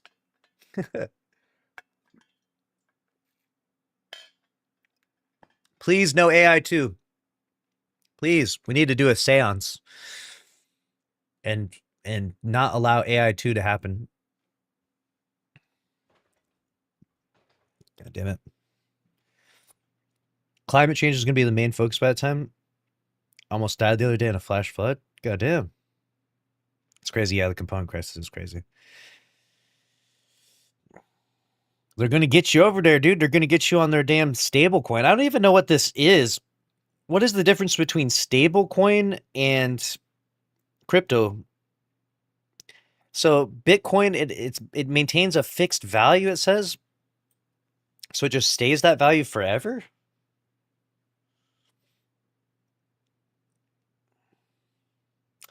Stablecoin designed to stay around $1 or another fixed value. It's used like digital cash.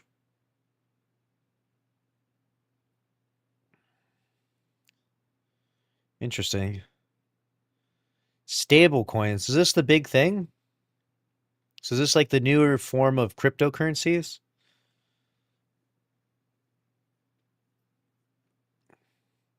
When did stablecoins start coming out? Is this like the new big thing? Is this like the new cryptocurrency big wave or something?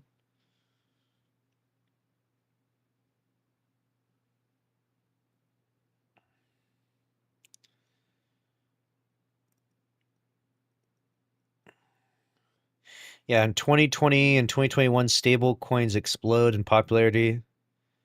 Gotcha. Interesting. They're becoming the digital dollars of the internet.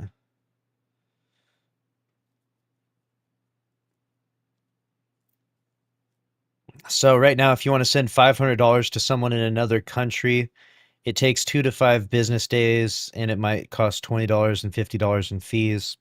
With a stable coin, it can take seconds, and it costs pennies to a few dollars, depending on the network. Interesting.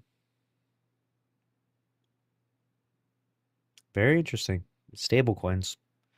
The more you know. I'm telling you, the world is moving so fast, chat. Do you ever just like learn some shit and you're like, what the fuck? I'm complete crypto freaking titan main, dude. Cran eating crypto man. Read about the Tether scam. What is the Tether scam?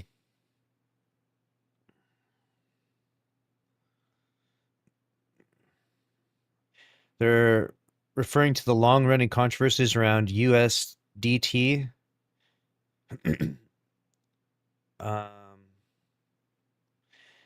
Every USDT token is backed by reserves, so that one USDT should be worth about $1. For years, critic asks, is every USDT backed one-to-one? Can Tether prove it? Early on, Tether did not provide the level of transparency many people wanted, which fueled suspicion. The New York Attorney General case in 2021, Tether and its affiliated exchange, Bitfinex, settled an investigation by New York Attorney General.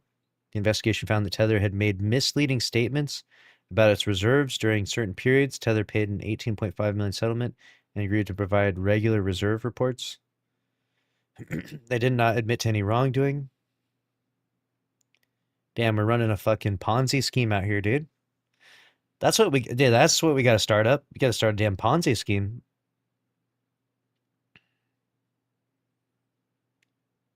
Crypto Ponzi scheme. Crazy. Everything is a Ponzi scheme. It's all a Ponzi scheme. What a wild time, huh? What a wild time.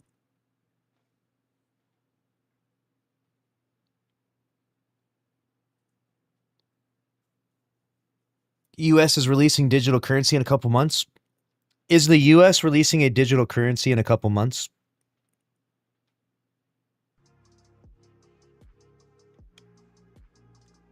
No, the US is not scheduled to release a Federal Reserve digital currency, often called CBDC, in the next couple of months. In fact, current U.S. policy has moved in the opposite direction. Legislation has been passed to prevent the Federal Reserve from issuing a retail central bank digital currency without further authorization, while Congress has focused instead on regulating private stablecoins. What is happening over the next few months is the rollout of regulations under the Genius Act, which created a federal framework for stablecoins. Regulators are finalizing the rules that banks and companies will follow if they want to issue dollar-backed stablecoins. Interesting.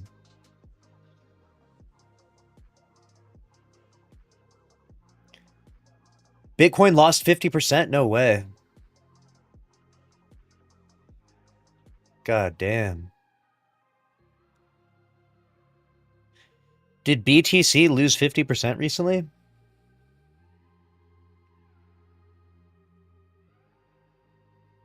Yes, if you're referring to the recent downturn in 2026, Bitcoin did fall by roughly 50% from its all-time high. God damn. So are the stable coins going to fucking kill Bitcoin then? Is that what the strat that we think is going to happen?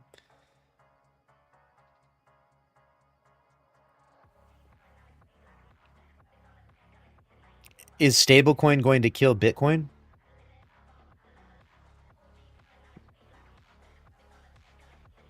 Probably not. They serve different purposes. Stablecoins are trying to be better money, something you spend, send, and use for payments. Bitcoin is trying to be digital gold, something you hold as a store of value or investment. Gotcha.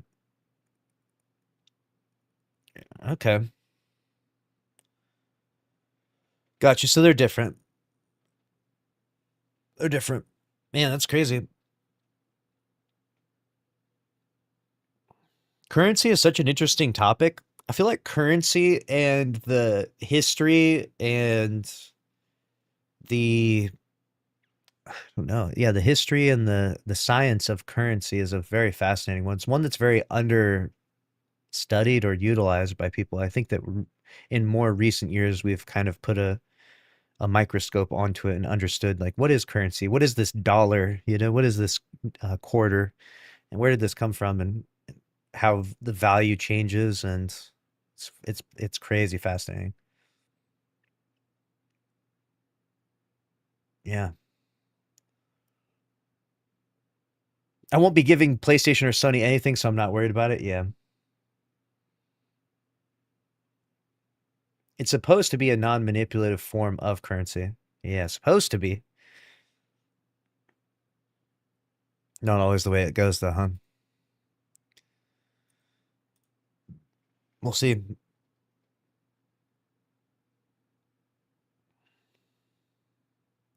It's a nice breakdown of how money was made on that video. Yeah, I'll watch that.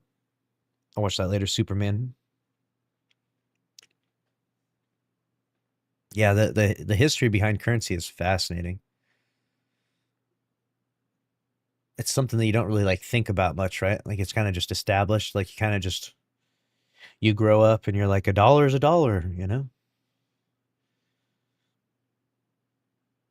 We need to move to the Star Trek future where money doesn't matter that much. We probably will when we have the AI revolution, right? Once robotics are handling a good majority of the jobs, probably work towards that, I imagine. We were unfortunately born during maybe a good time, maybe a bad time. It depends on whether or not these robots get out of hand. But we're unfortunately born in the time where we have to wake up and work a job. You know, probably 300 years from now, it'll probably be like big factories of robots that fix the robots when they break. And then the robots are out there making cars and, you know, I don't know, picking crops and stuff, you know, like it will probably turn into that.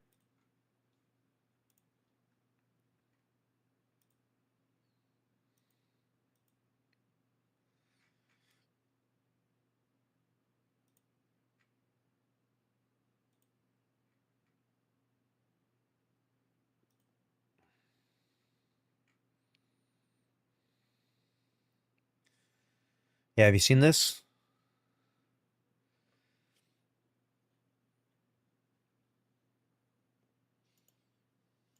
Have you seen this? This is the future right here. This is about to blow your mind. Bateman-Fried, who's going already in jail for 25 years, should be freed. By the way,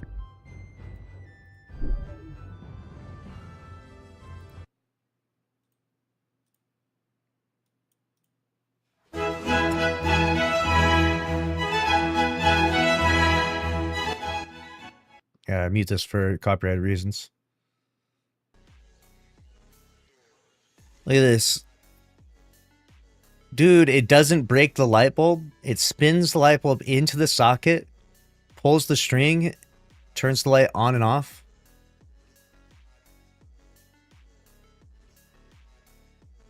It's picking the grapes.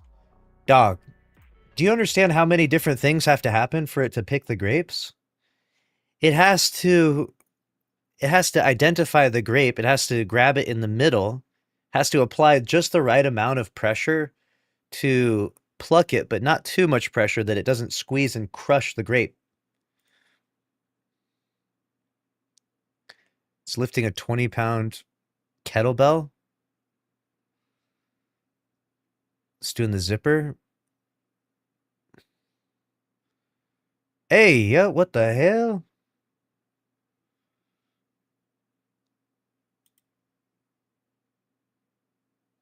It's putting together some Legos. Whoa.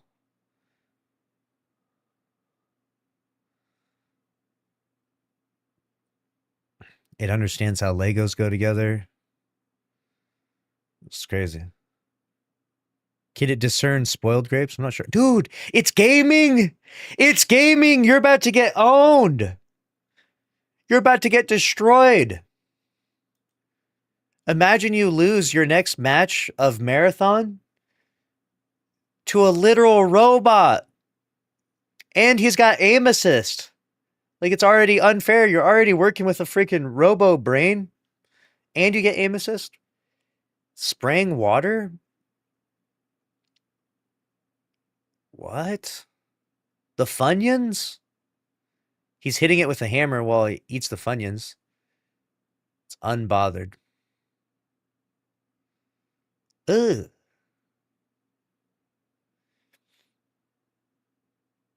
What is it? What is that? Oh, it's charging itself. Dude, that's what I'm saying. When the robots charge themselves, repair themselves, and they do all the jobs, like they just go around cleaning the towns up. They go around, they like repair things. Like, we won't need to be doing these jobs anymore.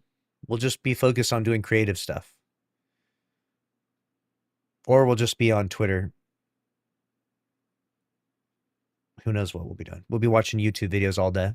We'll be playing video games. This is going to be video game utopia right here. Because when there's a robot in your house that's making you food, cleaning, unzipping your pants and letting you, take a shit and cleaning the toilet afterwards. Like, this is video game utopia. All you'll need to do is wake up in the morning and play video games. And that's it. You won't need to do it. Everything else will be taken care of by a robot. Playing GTA 6, playing Destiny 3. All you need to do is be rich. I mean, it probably is expensive at first. Eventually, there's some cheap robots, Eventually, they'll have like some knockoff robot that's from China, or one that you can buy on Amazon. You'll have like a great value robot. Like the rich celebrities, they'll have the expensive, $150,000 robots. But the poor people, the peasants, we'll have like the used ones, the shitty malfunctioning ones, the ones that may or may not murder you in your sleep, right? Like, you got to lock it up at night just in case it goes buck wild and tries to like fold you into the laundry of your bed. Yeah, I'm going to get like a Temu one,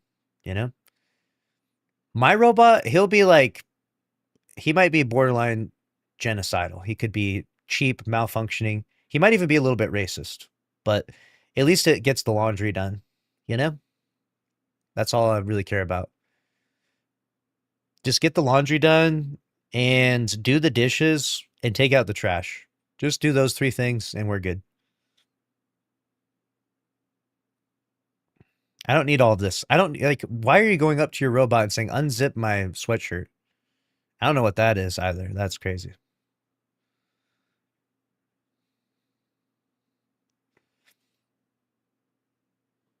We're cooked.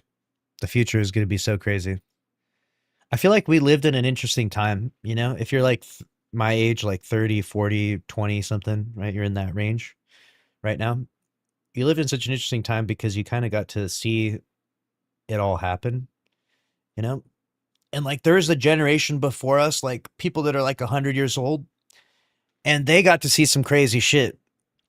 they got to see the first ever like airplane fly in the sky, like commercial airplane. You know, that's probably got to be wild. Imagine you grow up your whole life and then all of a sudden you look up in the sky and the first time ever you just see a fucking airplane. You're like, what the fuck is going on? Some real sci-fi shit, right? That's got to be crazy for to be the first to be like the generation that like, you know, like I grew up seeing airplanes. Like when I was a kid, like, oh yeah, the airplanes. Wasn't a big deal for me, but I can imagine the older generation got to see that. The last 200 years have been wild. I know technology is getting crazy. Technology is getting crazy. You know what really sucks? I think we missed out on like living forever though. Like I think we're gonna be at that like we had the really unfortunate RNG pull to be born just before eternal like fucking something when they can like transport your consciousness into a robot or something, right? Like we missed out. Like we're all gonna die, right? And then like the next generation or maybe two generations, they're gonna figure that out. And they'll be like, oh yeah, like you don't have to die anymore. And be like, damn, grandpa didn't make it. Grandpa didn't make it to eternal life. Fuck. That's gonna suck. Like, of course we get the worst RNG where we don't make it to living forever. Literally living like marathon characters. That's what we were gonna have, yeah. We're running out of crazy new shit to see, it feels like. Dude, no way we're not running out of crazy new stuff. So we're still gonna go to Mars and we gotta colonize an entire planet. That's gonna be an entire story, an entire saga that most of us will probably see when we're really old. Like we're gonna get to see Mars get colonized, you know? And then who knows what's after that, right?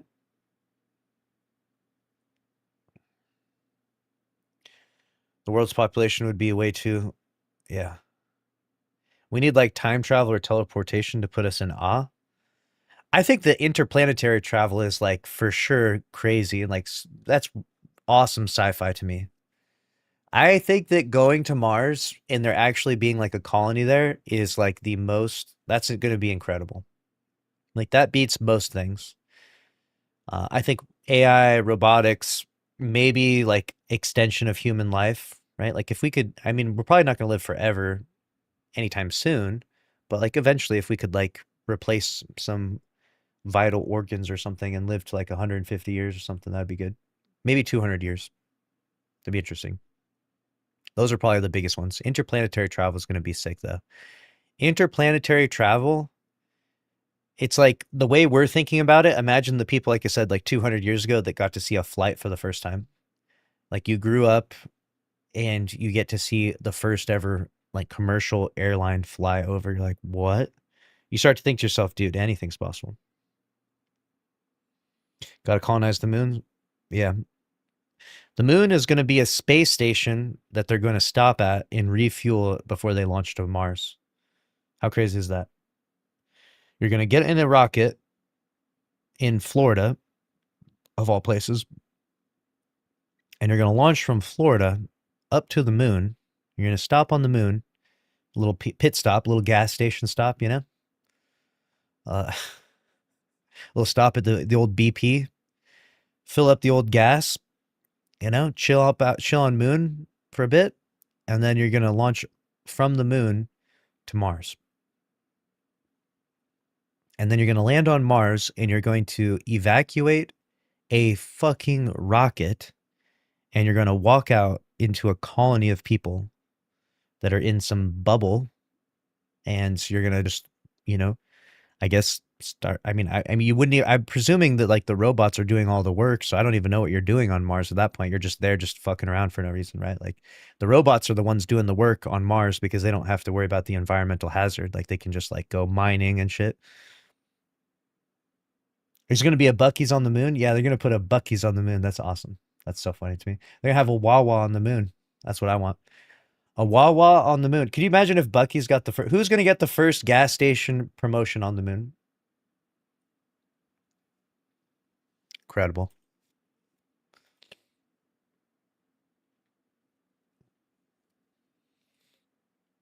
What a time to be alive, man. Makes you feel like anything's possible. I do think that's cool that there's like aspirational things like that in the world. Like it kind of makes you like think, whoa, like the world's going to be even cooler for future generations. I think it's exciting. I think it's cool to have.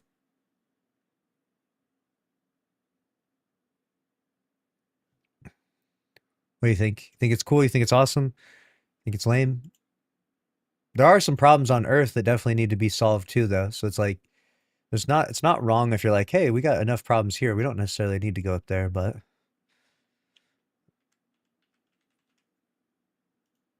seems like it's gonna happen. World Cup on the moon in 2030. Yeah, could you imagine they start doing sporting events on the moon? They're doing sporting events at the White House. Next is the moon, dude. The UFC on the moon.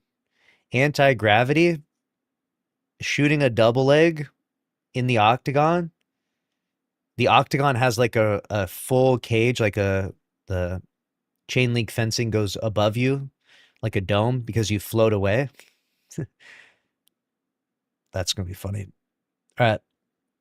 We are back and we are playing Power World.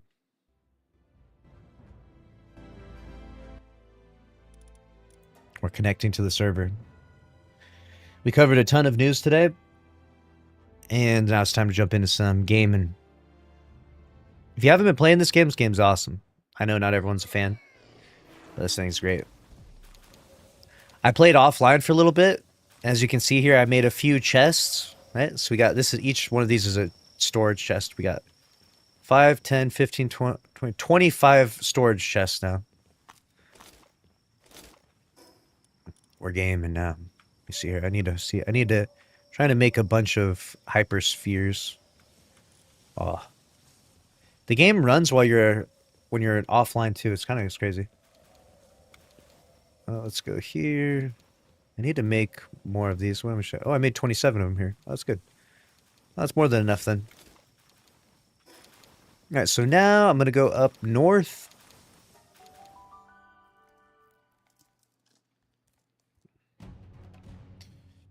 The Pokemon up here are crazy. Like, you start off with a bunch of cutesy little pals, and then it gets pretty crazy pretty fast.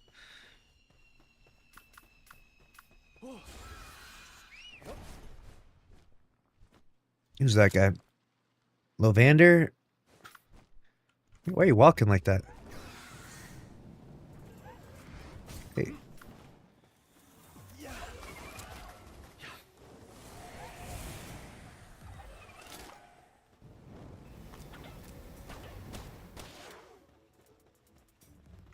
I was trying to catch them, but unfortunately I murdered them.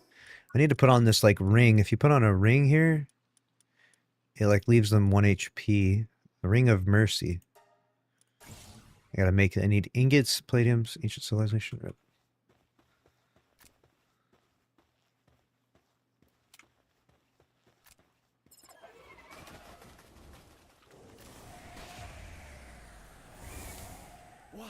Oops. Oops. I got destroyed.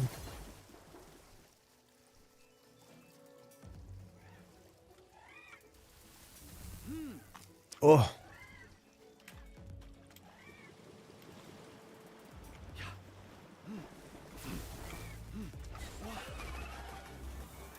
Dude, stop. What are you doing?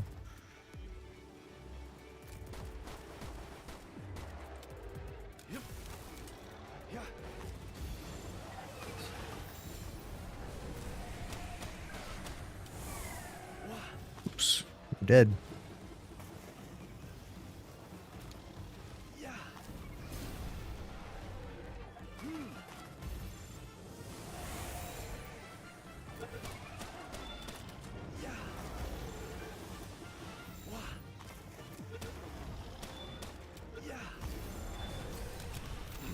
Base building, yeah, a little bit. I'm just catching a bunch of stuff just to level up now. This is the best strat to level up.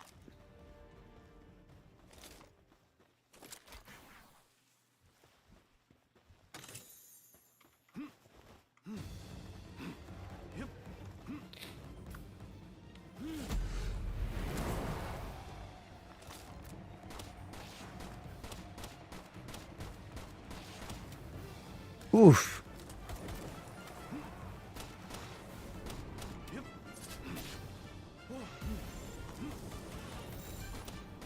Just pissing everyone off and everything off.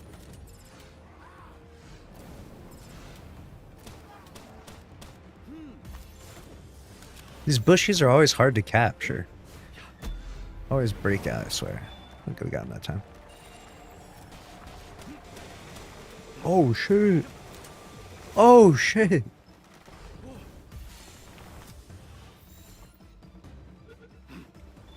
Grab this stuff.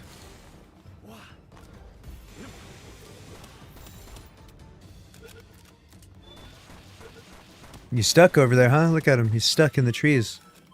That's hilarious. Oh, he broke out. Got this, like, mummy guy now, dude. Look at this guy. This guy throws, like, crazy tornadoes. Oh, he murdered him. Dude, that guy is super powerful. This guy, this Gildra guy... Ooh. This might be my favorite guy now. Is that him there? No, that's Robin Quill. Watch this guy. Gildra, this guy's gonna summon like fucking 10 tornadoes. Oh my god, he won it, killed him. Dude, this guy's awesome.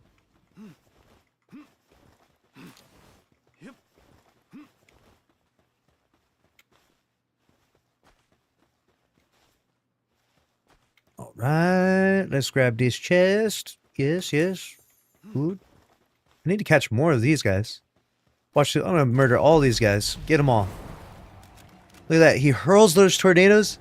He just clapped that guy. One hit killed him. Oh my god. This guy does not fuck around. Holy shit.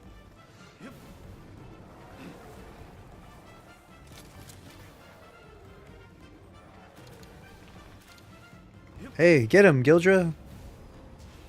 Oh shit, he's kind of shitting the bed here a little bit. Throw that tornado. Yeah, do that. Yeah. Oh my. Oh. When he spawns in the like 10 tornadoes, that's crazy.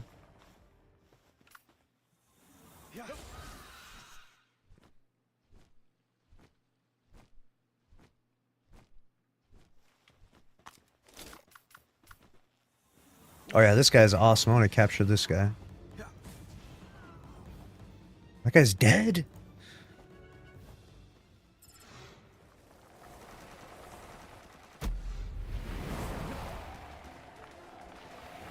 Oh, good lord. He kills them too fast. He's too powerful.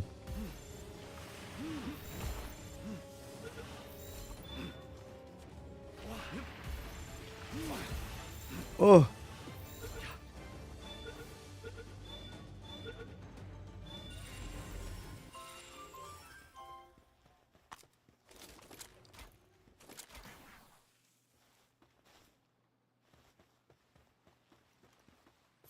All right.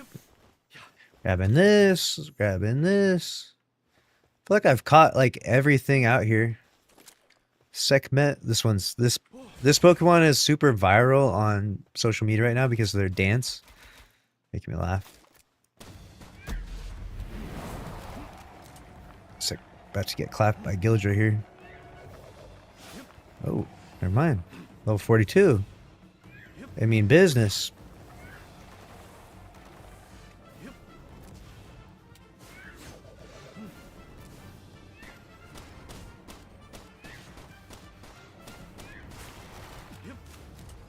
Oh shit.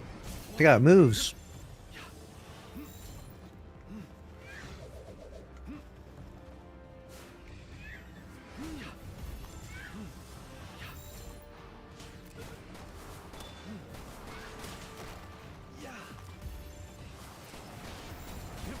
Oh shit. Oh, I got killed. No. They got me, dude.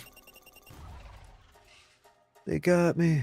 Wait, why am I still... Do I still have this armor on? I thought I had better armor than that. Damn. They clapped me.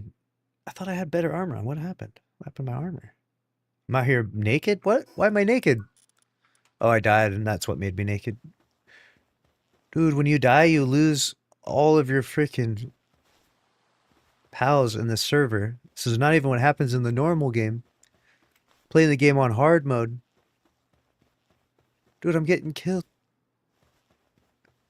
Get killed because I don't have my heat resistant armor on now?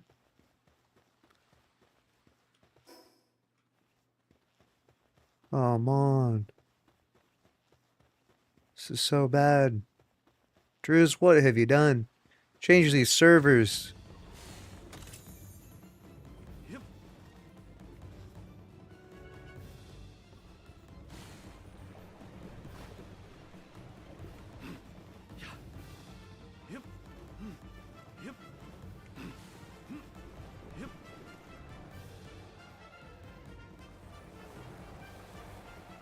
What?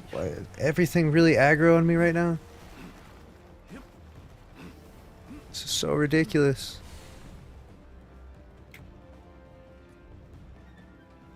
This is so absurd.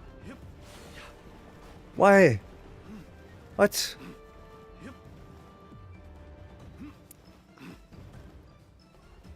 This is why you never let Drews be in charge of your server.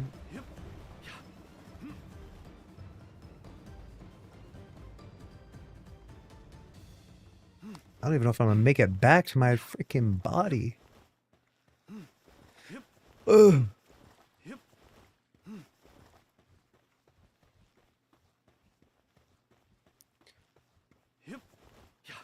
Oh, good lord.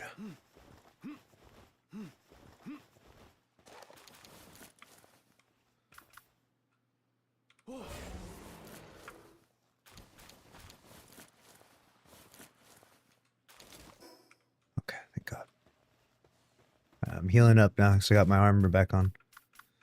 That was ridiculous. Get my damn shields back. Looks like I got pink.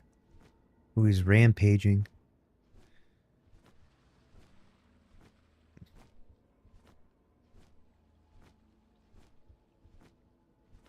Should I fight him? What's the worst that could happen? Gildra is...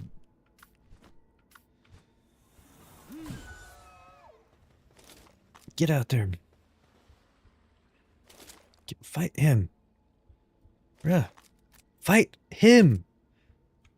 Dude, I'm clicking the thing. What are we doing anymore? Fight him.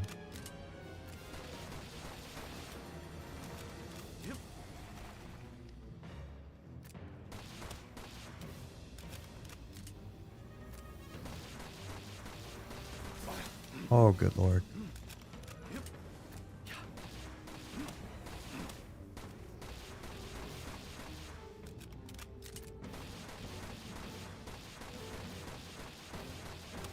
Hey.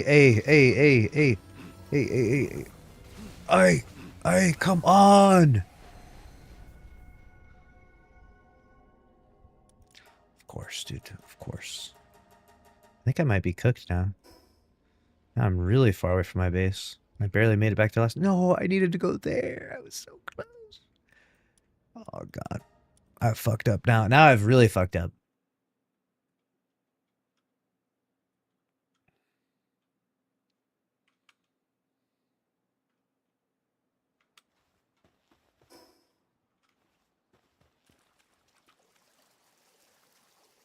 I'll just swim there.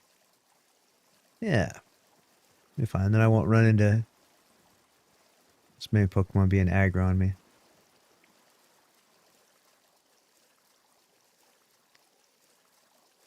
I should have activated the fast travel point before fighting that level 37 guy. It's obnoxious that they target you and then you die and your Pokemon are just standing there like... I need to figure out a way to stop that. Like, can I like build... I can build a wall. I'll build a wall and I'll shoot through the wall. Yes. Maybe I can build a little base. Can you only... I think you can only build a base in your base, though. Right? Can't Fortnite it out here.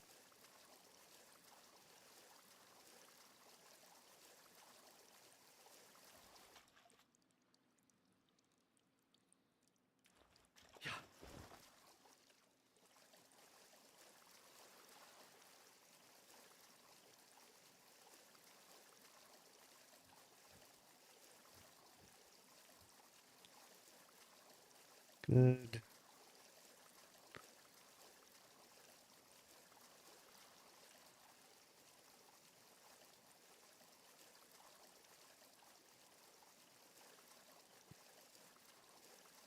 Where is my stuff even? My God, I'm so far away. I don't even think I'm going to make it in time. Ugh. Swim.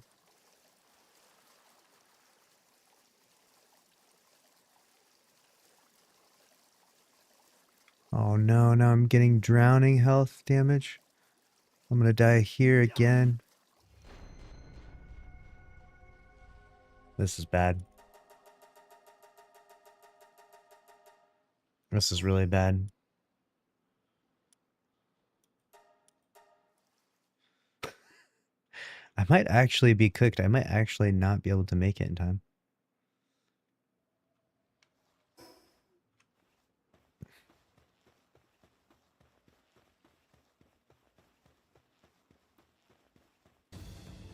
Can you not? Like, actually? What is your problem?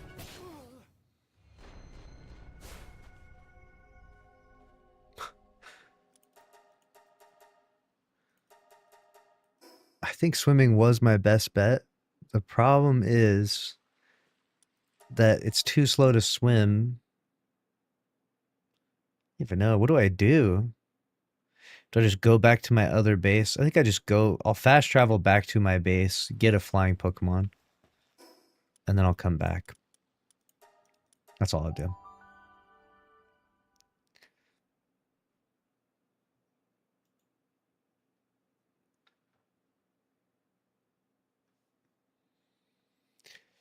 This is why you don't let Drew set up the servers, though. He set it up so you drop your pals on death, which is not how the game works. I don't know what he's thinking. Son of a bitch, Drews. This is why we hate him. I'm telling you, it's not like the hate for Drews is undeserved. If anything, Drews is very underhated. He doesn't get the harassment that he actually deserves.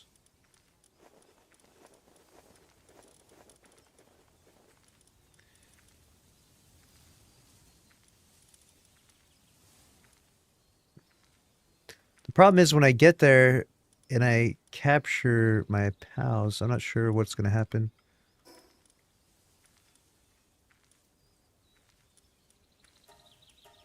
I don't know what's going to happen when I get there and I try to pick up my 5 pals that are on the ground.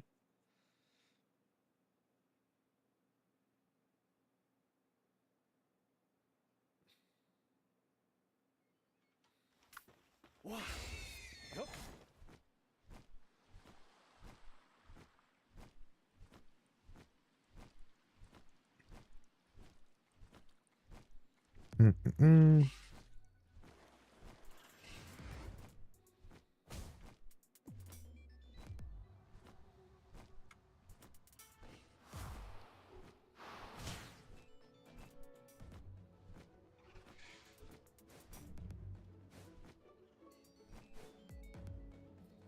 This is what will happen to Lucky at G6, yeah.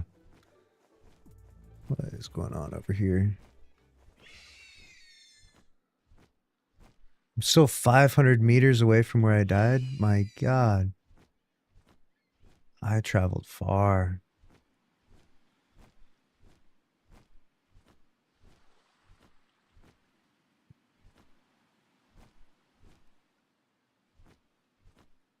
I guess we'll make it back this time now, though. There's not really anything that could stop me other than just like a random pal getting aggroed on me. Small setback, small setback.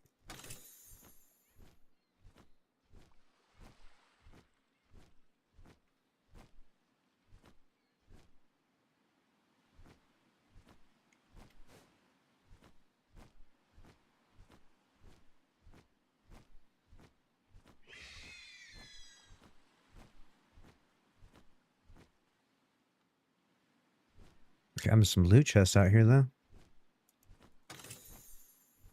It's got a lot of gold coin in it, too.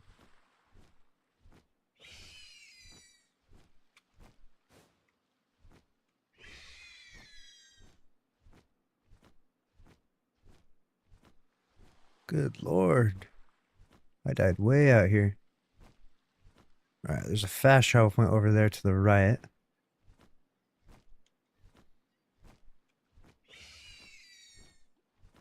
Alright, we made it, finally.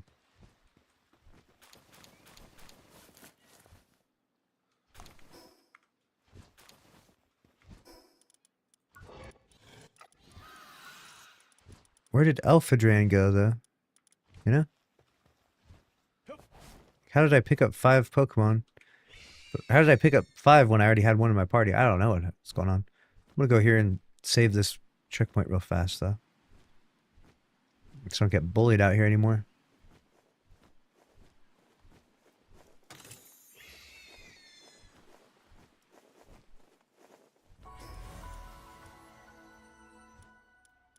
Alright, we ventured pretty far. Drew's just increased his ticket price to G6. Stupid Drew's. Why would he do that? Why would he do that? Why would he even put that server setting on? It's like, think about it. When you die, you lose all of your items, so you have to go back there. But losing all of your items and your pals means that you have to, like, slowly travel to get... Like, it's just playing the game on hard mode for no reason. It makes no sense at all. Someone is plotting a raid against my base. Dude, 1,500 ingots is insane.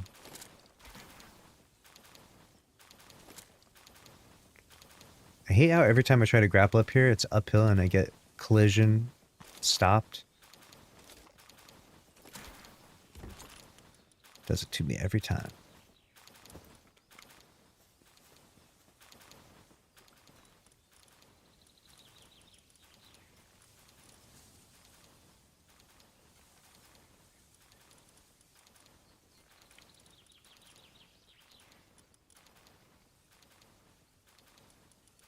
Alright, so we got Van Worm.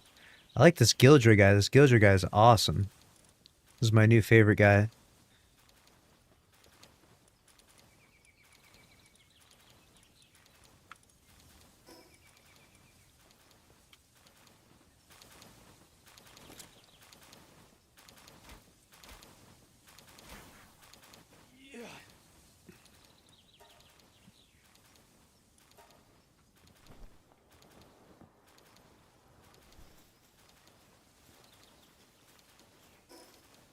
We're going up north.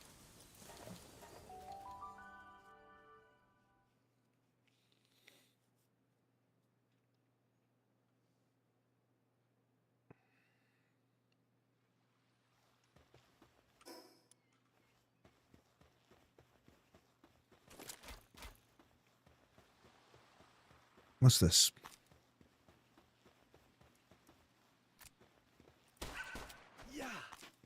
How does it always get away?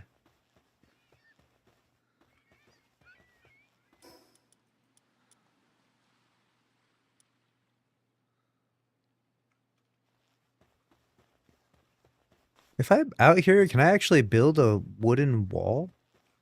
It's crazy if I can. Give me 1 second, chat. I'm gonna go to the bathroom quick. Be right back.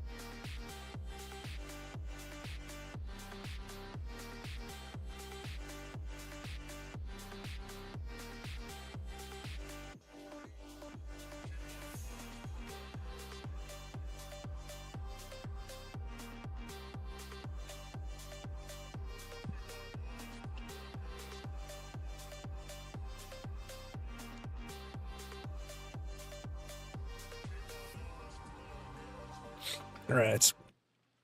And we're back.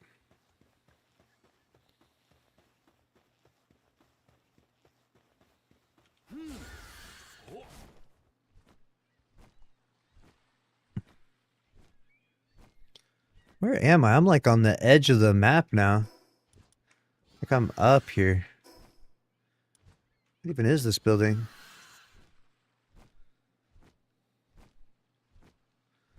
The hell? Oh shit. Level 60? Oh hell no.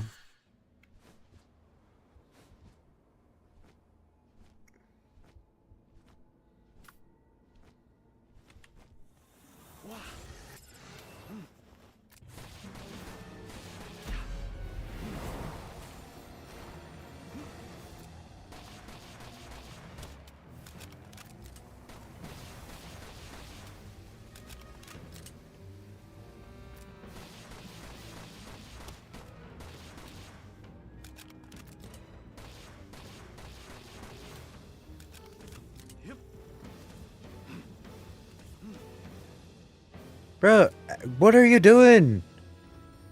You're starving? Are you serious? A raid? A herd of violent wild pals? What the hell?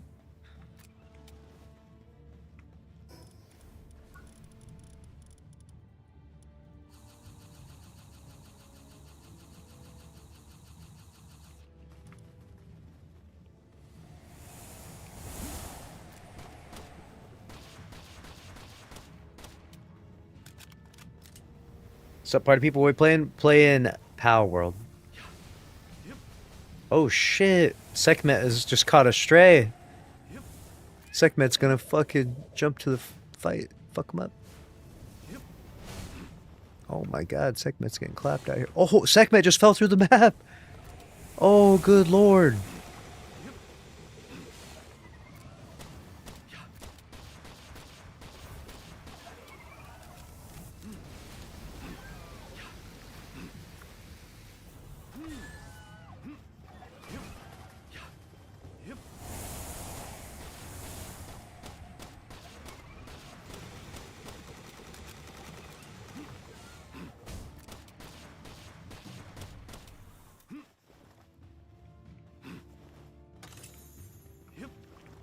Got your ass, dude.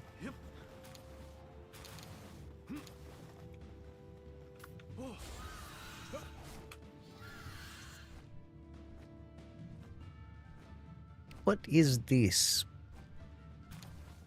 Just a little hypersphere on the ground there.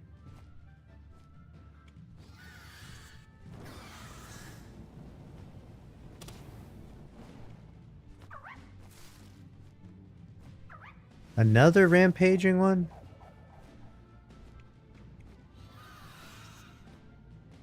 Do I even have the... I don't even think I have the resources to fight this guy. I lost all my... Let me catch this guy, though.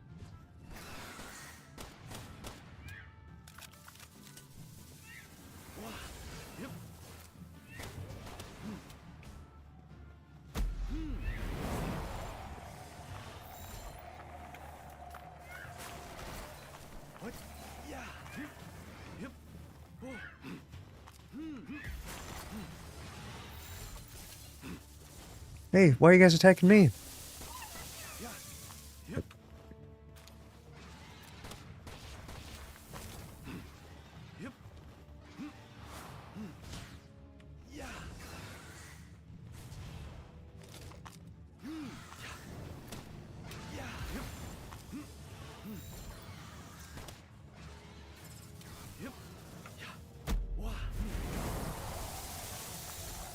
It hurts.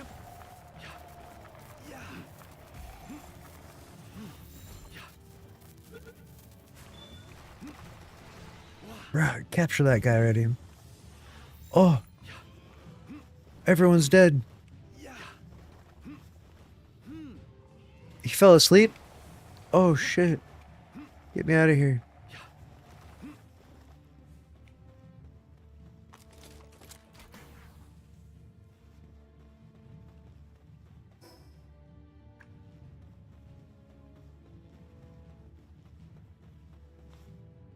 Dude, all my pals died.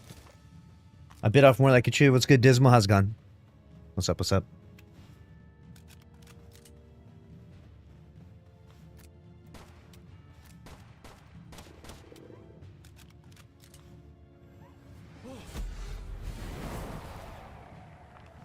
Oh my god, just absolutely clapped him.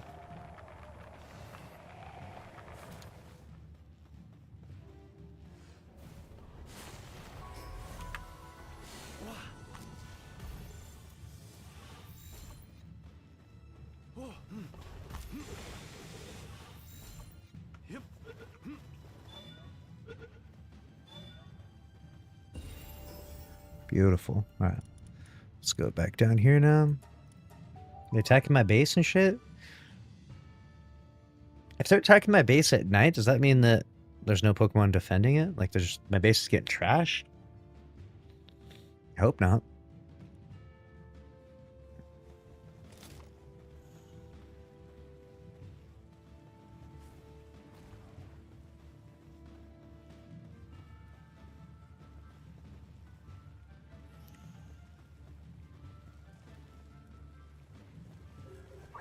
A fire has broken out in my base? Deploy a water pal to put out the fire? What the hell? A fire has broken out in my base. Where's the fire at?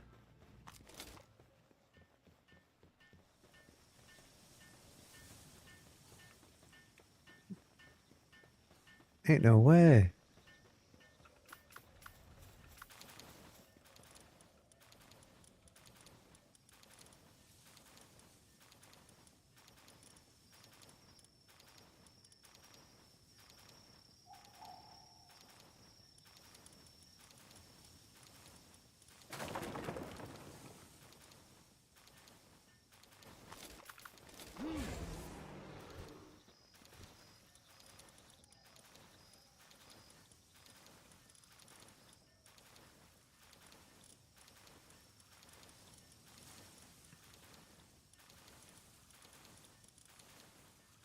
The server sucks, dude.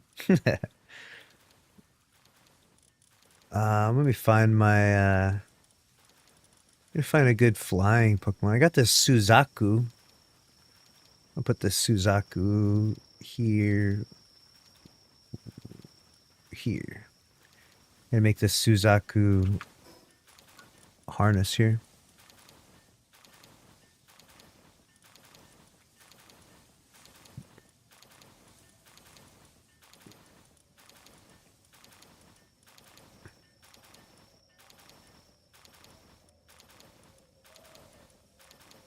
I don't see that. I'm trying to find the saddle for this thing. Maybe there isn't one. Oh, it's all the way down here, level 43. Oh, that sucks. I hate it when they do that. Got this other Vanworms, level 30 then. Oh my god, they fucking lit my base on fire, bruh. They fucking destroyed my base. What the hell? That's fucking whack.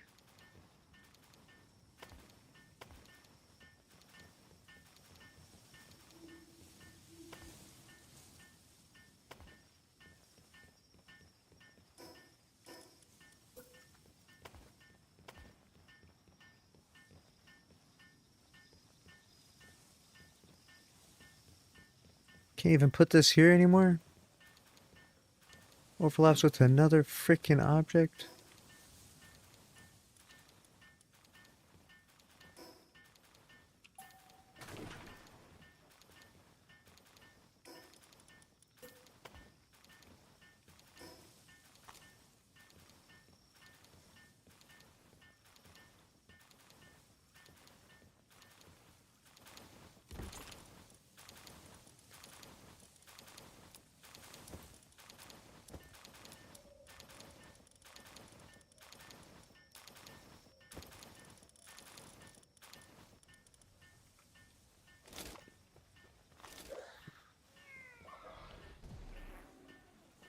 Everyone's waking up. Everyone's hungry.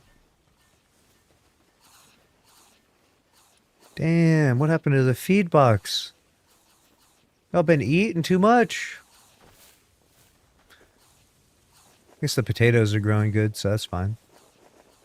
7,000 stone is crazy. 7,000 stone. I guess I'll never run out of stone now. I think I got a bunch over here too. 4,000 stone over here. My God.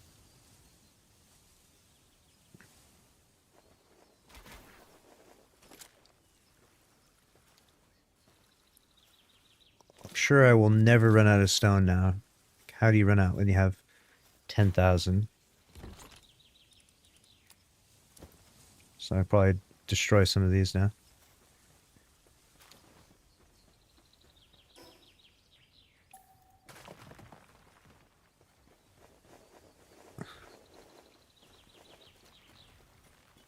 $4,000 here as well. My God.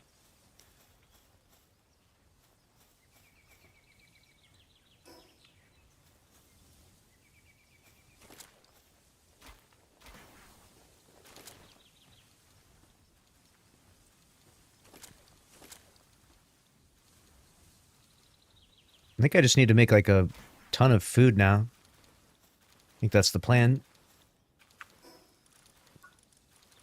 I think I'm all in on the food.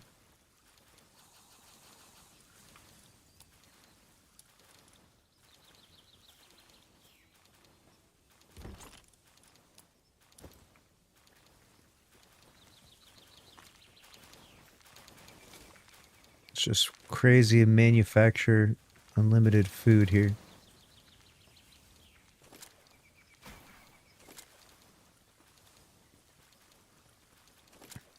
Got carrots and potatoes going on over here. Time to lock in on the food farm.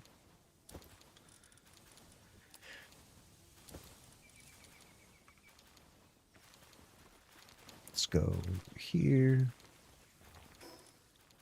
Food. What do we got? Carrots, potatoes.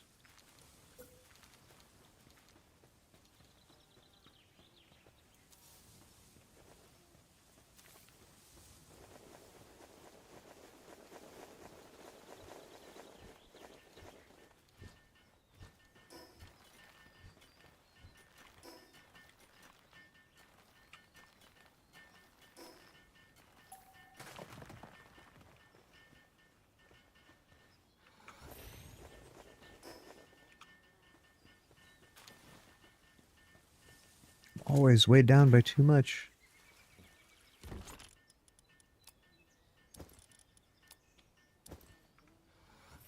Alright.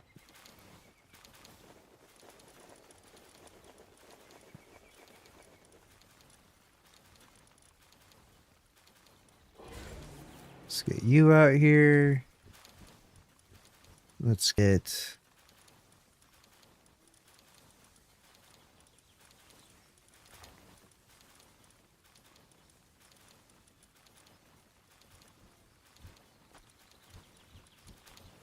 What do I need? I need some people to grow stuff. I guess that's fine for now. What does this guy do? This guy does a lot, actually. He's really doing nothing here. This guy is just mining.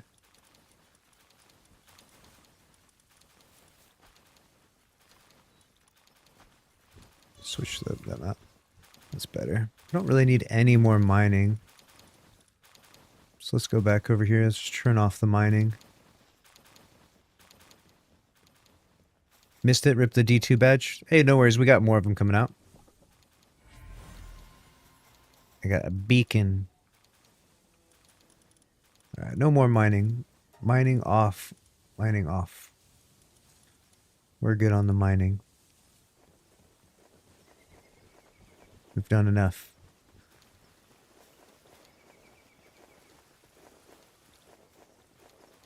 Good. How much logging we got? 3,000 logging? My God. 3,000 logging here as well?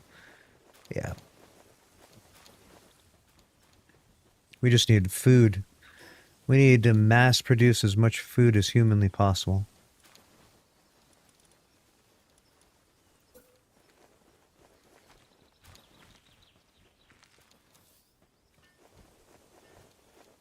We're going all in on the food.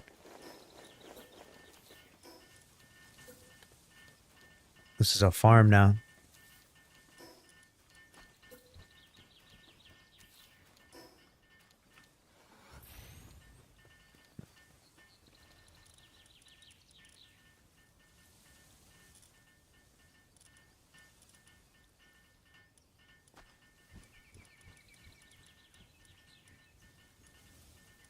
These surf vents are 4 for water? Goddamn. Yeah, I caught a bunch of these too. I swear I caught a bunch of these. Yeah, there it is. Surf vent Terra. I got some. There's different variants of them. Rip. All right. Relaxosaurus. Yeah, let's see what this guy's. A 3 for water.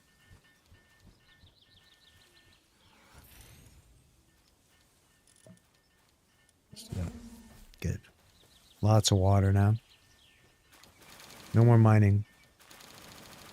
We're done with mining. Food now.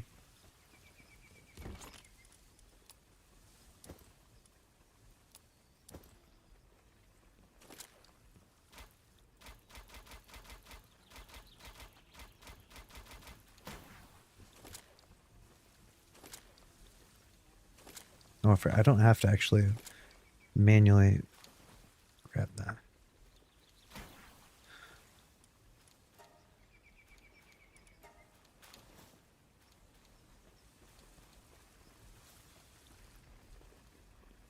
Let's do this. Let's go here. Let's put this here. All right. Now I'm back to my conquest out here. Trying to capture as many pals as possible to level up.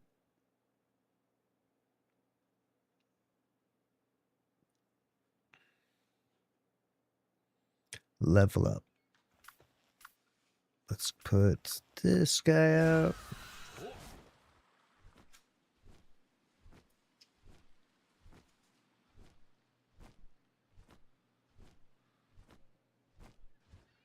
These guys are pretty good.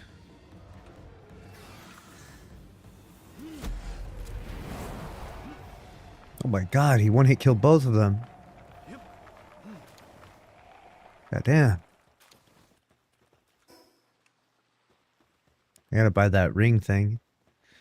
So I stop killing everything instantly. Oh, what is that? It's a gigantic egg. I've never even seen one this big. What? This is crazy.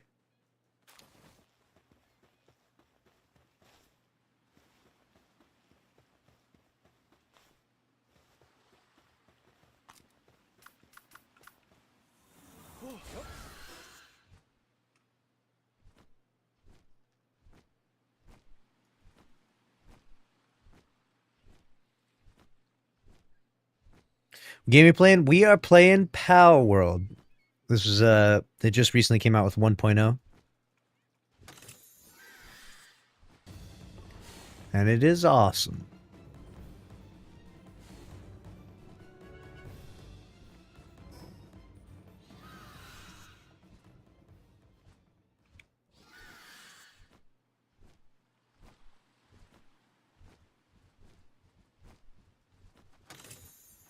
What if this guy is still 52?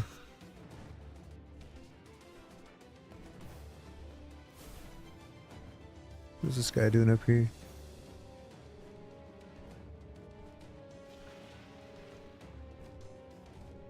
Oh, there's a fast travel point. Good.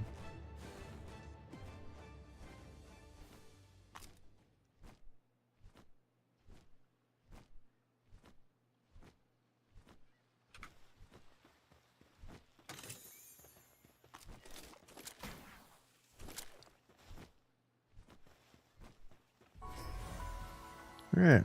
we've made some serious progress, that's for sure. All right, I'm going to go back here and make that ring that I've been meaning to make. So that way, if you put it on, apparently it makes it so you'll make the pals one-hit kill and don't full kill them. Makes it easier to capture them because you're constantly trying to deal with your pals being... Like, right now, they're too powerful. I'm just one-hit killing them. So, that is no good. Let's make this ring here. The Ring of Mercy requires 5 more ancient civilization parts. Rip. Unfortunate. We do not possess... Ooh, I can make ultra spheres now? Okay, that is really good. Sphere assembly line 2.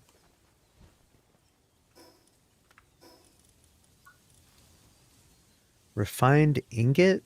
Uh-oh. How do you make that? Refined metal pickaxe?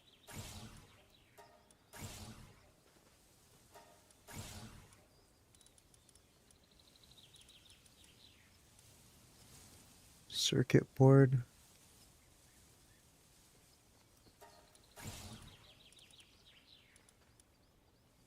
Air dash boots? Oh, that sounds crazy. Ability glasses? Oh, we got some crazy stuff here now. Alright. Well.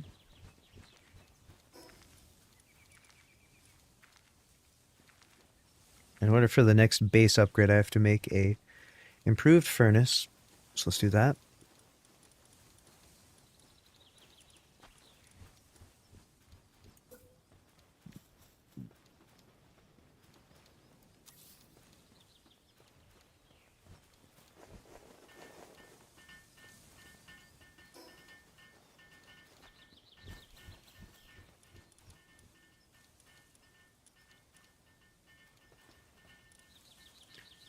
And then, what does this do? Allows refinement of refined ingot. Oh. Gotcha, so now I can make ingots here. So now I go in here. Aha, refined ingots. Okay. And I make 1. Oh, it requires... Of course it requires that. Of course. So let's go in here. Actually, I can have a ton of these. I'll do this, and I'll do cancel. Yes. Now I can go here. Cancel this. Why does it say 1? Oh, I only have a little bit of coal? How do I get coal?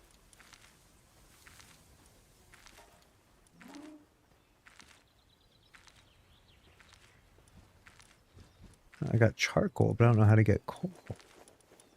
So I'll figure that out in a minute.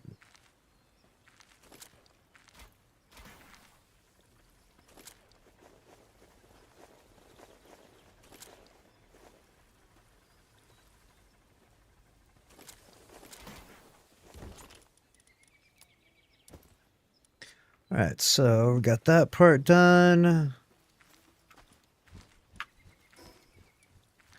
We gotta do this. It says make sphere assembly line 2. Okay, I need ingots and circuit boards for that. Okay. Need palladium fragments still. Wow. Let's make like 500 of these then.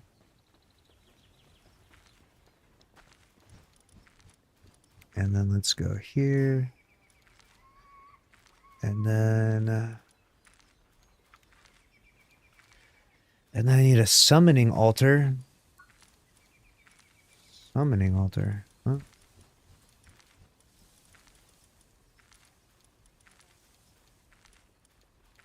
What even is that?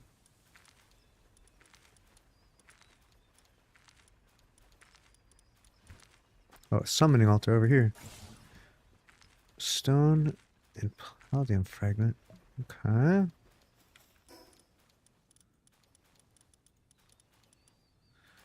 Offer a slab depicting a pal to summon a powerful pal to your base. What the hell? This is crazy.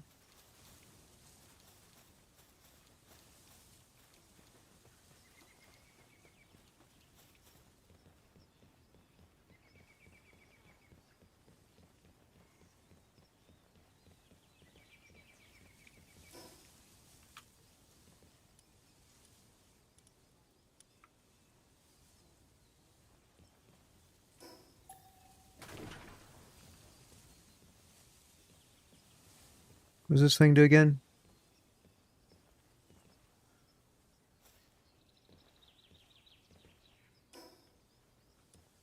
Production assembly line? Eh.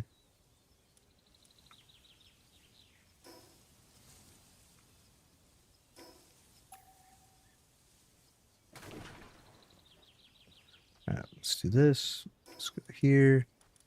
Let's make this. Put this up here. No, not enough space? God damn. I don't think I have enough space in this entire area for this fucking thing. Fuck my life.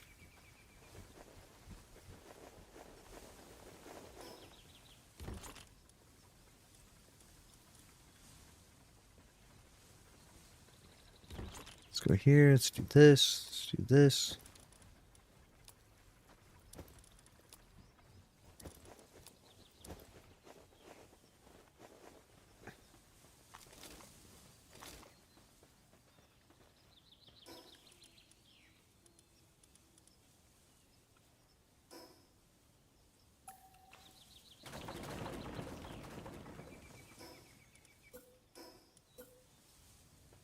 Surely there's enough space here.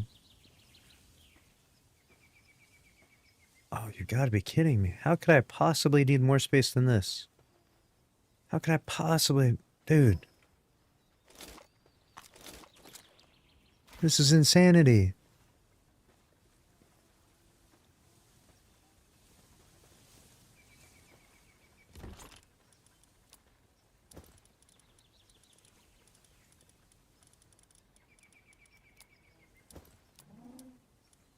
This is absolute insanity here. Alright. Let's go here. I'm trying to... I need stone, 100 stone and 20 palladium fragments. Alright. This.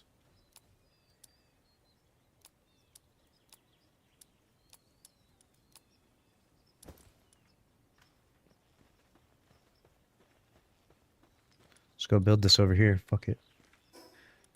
We're gonna go build it up here on this base.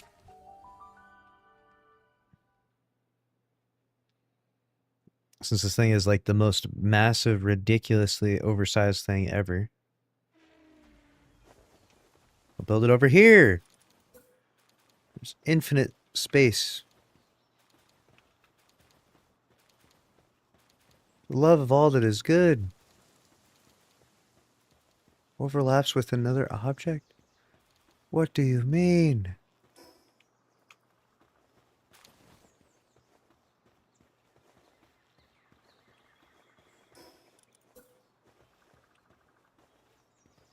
All floors must be touching the ground?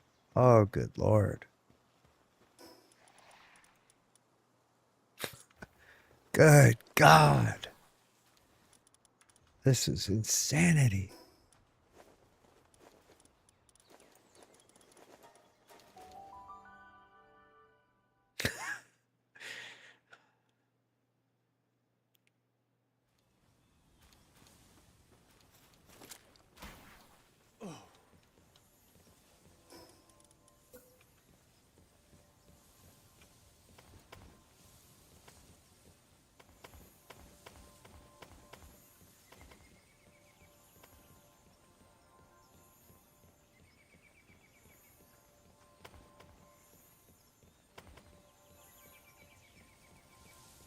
Surely this is enough space here now.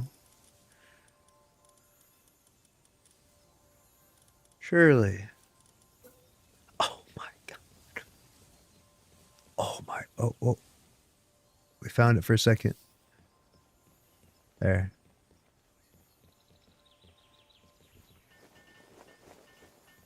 Dear God. This thing requires way too much space.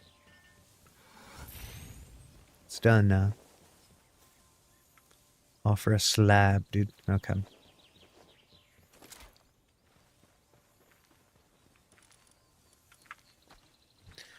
Alright, so I just need to build sphere assembly line number 2.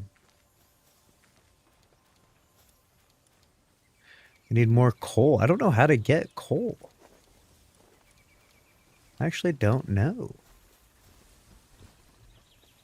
Is that like a resource that I don't... How to get coal in Power World?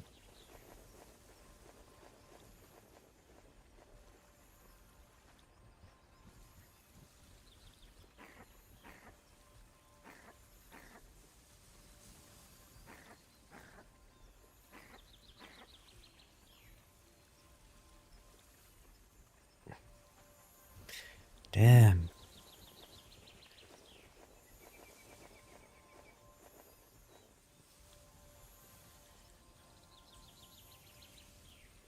Yeah, you have to go mine coal. I got no coal. Dang, I gotta go find some coal. I don't even know. I've never found any before, as far as I know.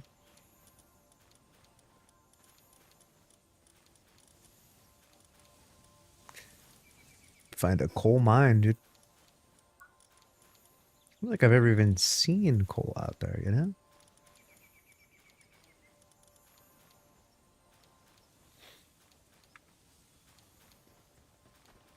I don't even know where to go. I don't even know where to begin.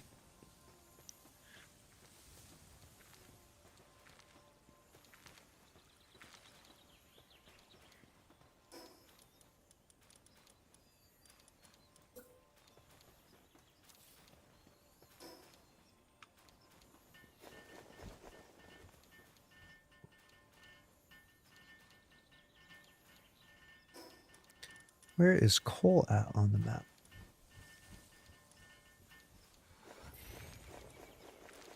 It says coal appears as large black nodes. Good mining spots include minus 157.92.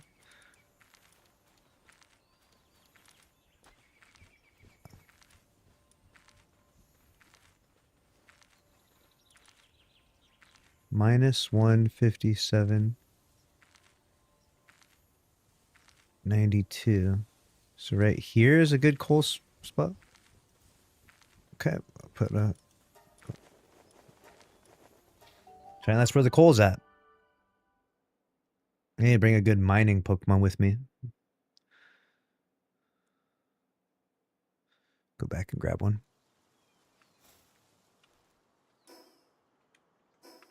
Bruh, interact with this already.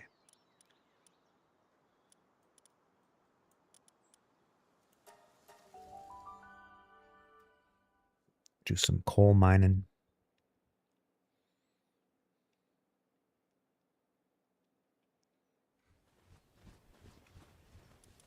And then we're gonna go here. This guy is very good. He's got 4. This guy's got 5 for menacing. I already have him on my character. I'm dumb. I was like, I think I already had one on my character, but...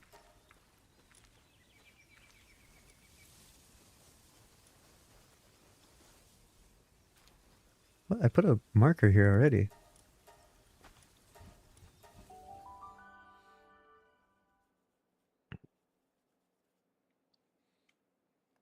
All right, here we go.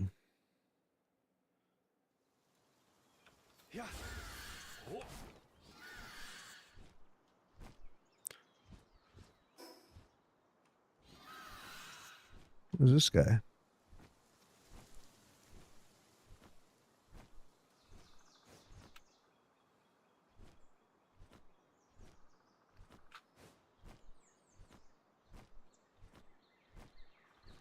Uh-oh.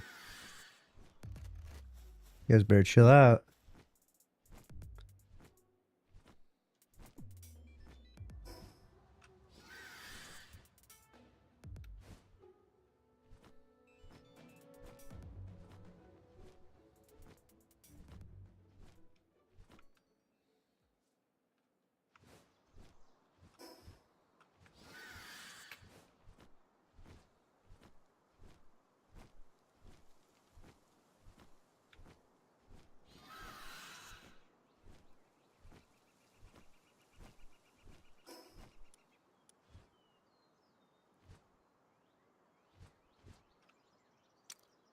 I was told this is the place to go for coal. Is it in here?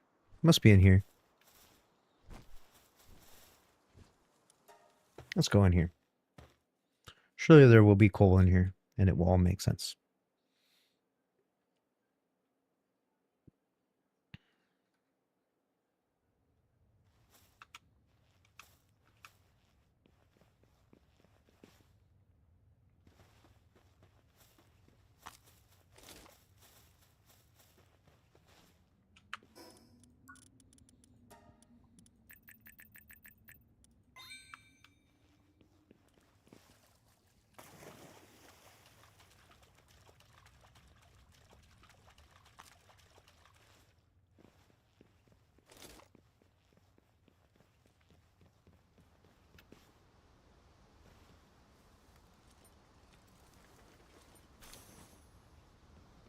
Huh. Maybe he sells coal. He does not.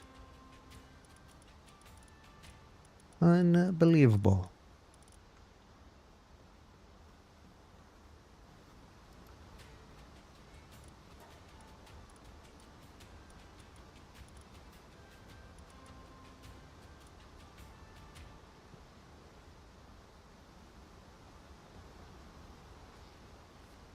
Oh no, I'm starting to think coal is not real.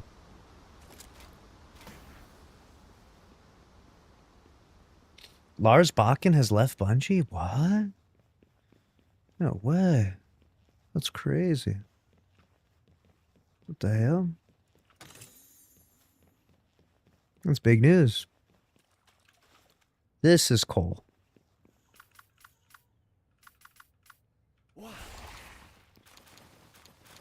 Stone. It's just stone.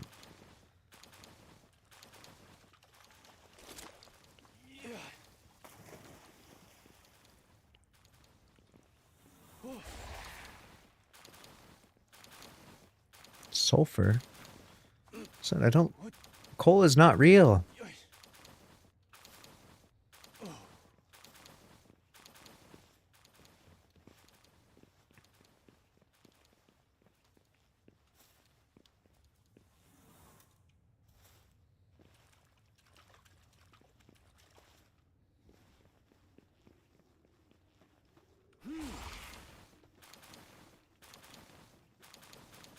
Oh, it's coal. I found it. It is real. It's super dark. It looked exactly like stone.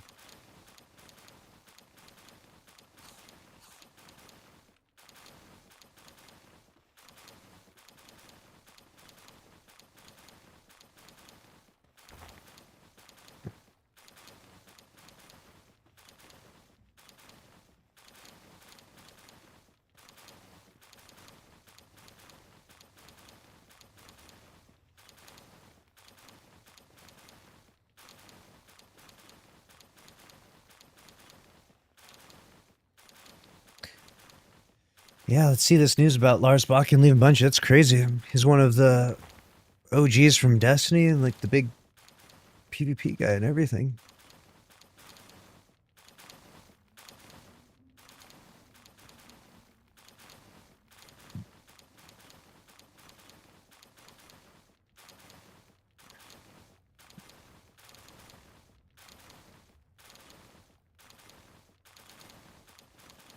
"28-year career." Wow. That's crazy.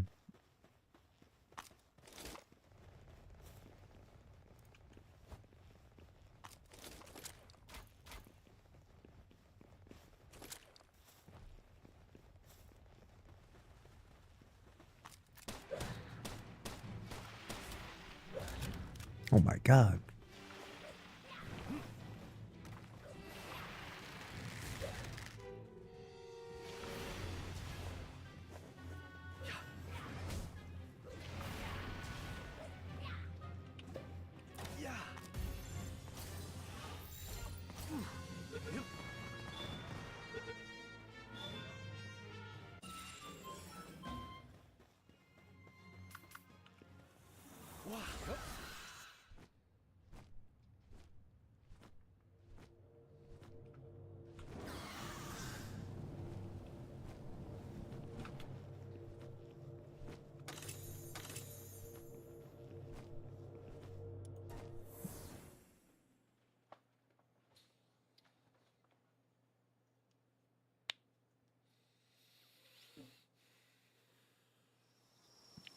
All right. Well, where we at?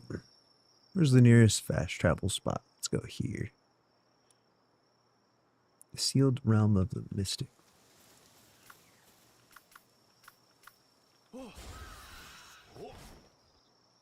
I'll just save right here. That's a wrap for me tonight, chat. Thank you for watching and hanging out. I gotta go. I'm gonna teach jujitsu. It's my part-time job as well. And we got some videos that are going to go up. So I'll see you on the YouTube channel over there. And we'll be back tomorrow. No Twid today, which is sad, but it's the way it goes. Later, Zombie Inside. Later, Tony Hayabusa. Appreciate you hanging out. Hopefully you're enjoying the Power World streams. We'll be playing other games as well. So don't stress if it's not your favorite game. We got lots of other stuff ahead. GTA 6, etc. Yep. And I'll see you back here tomorrow. Friday stream. See you then.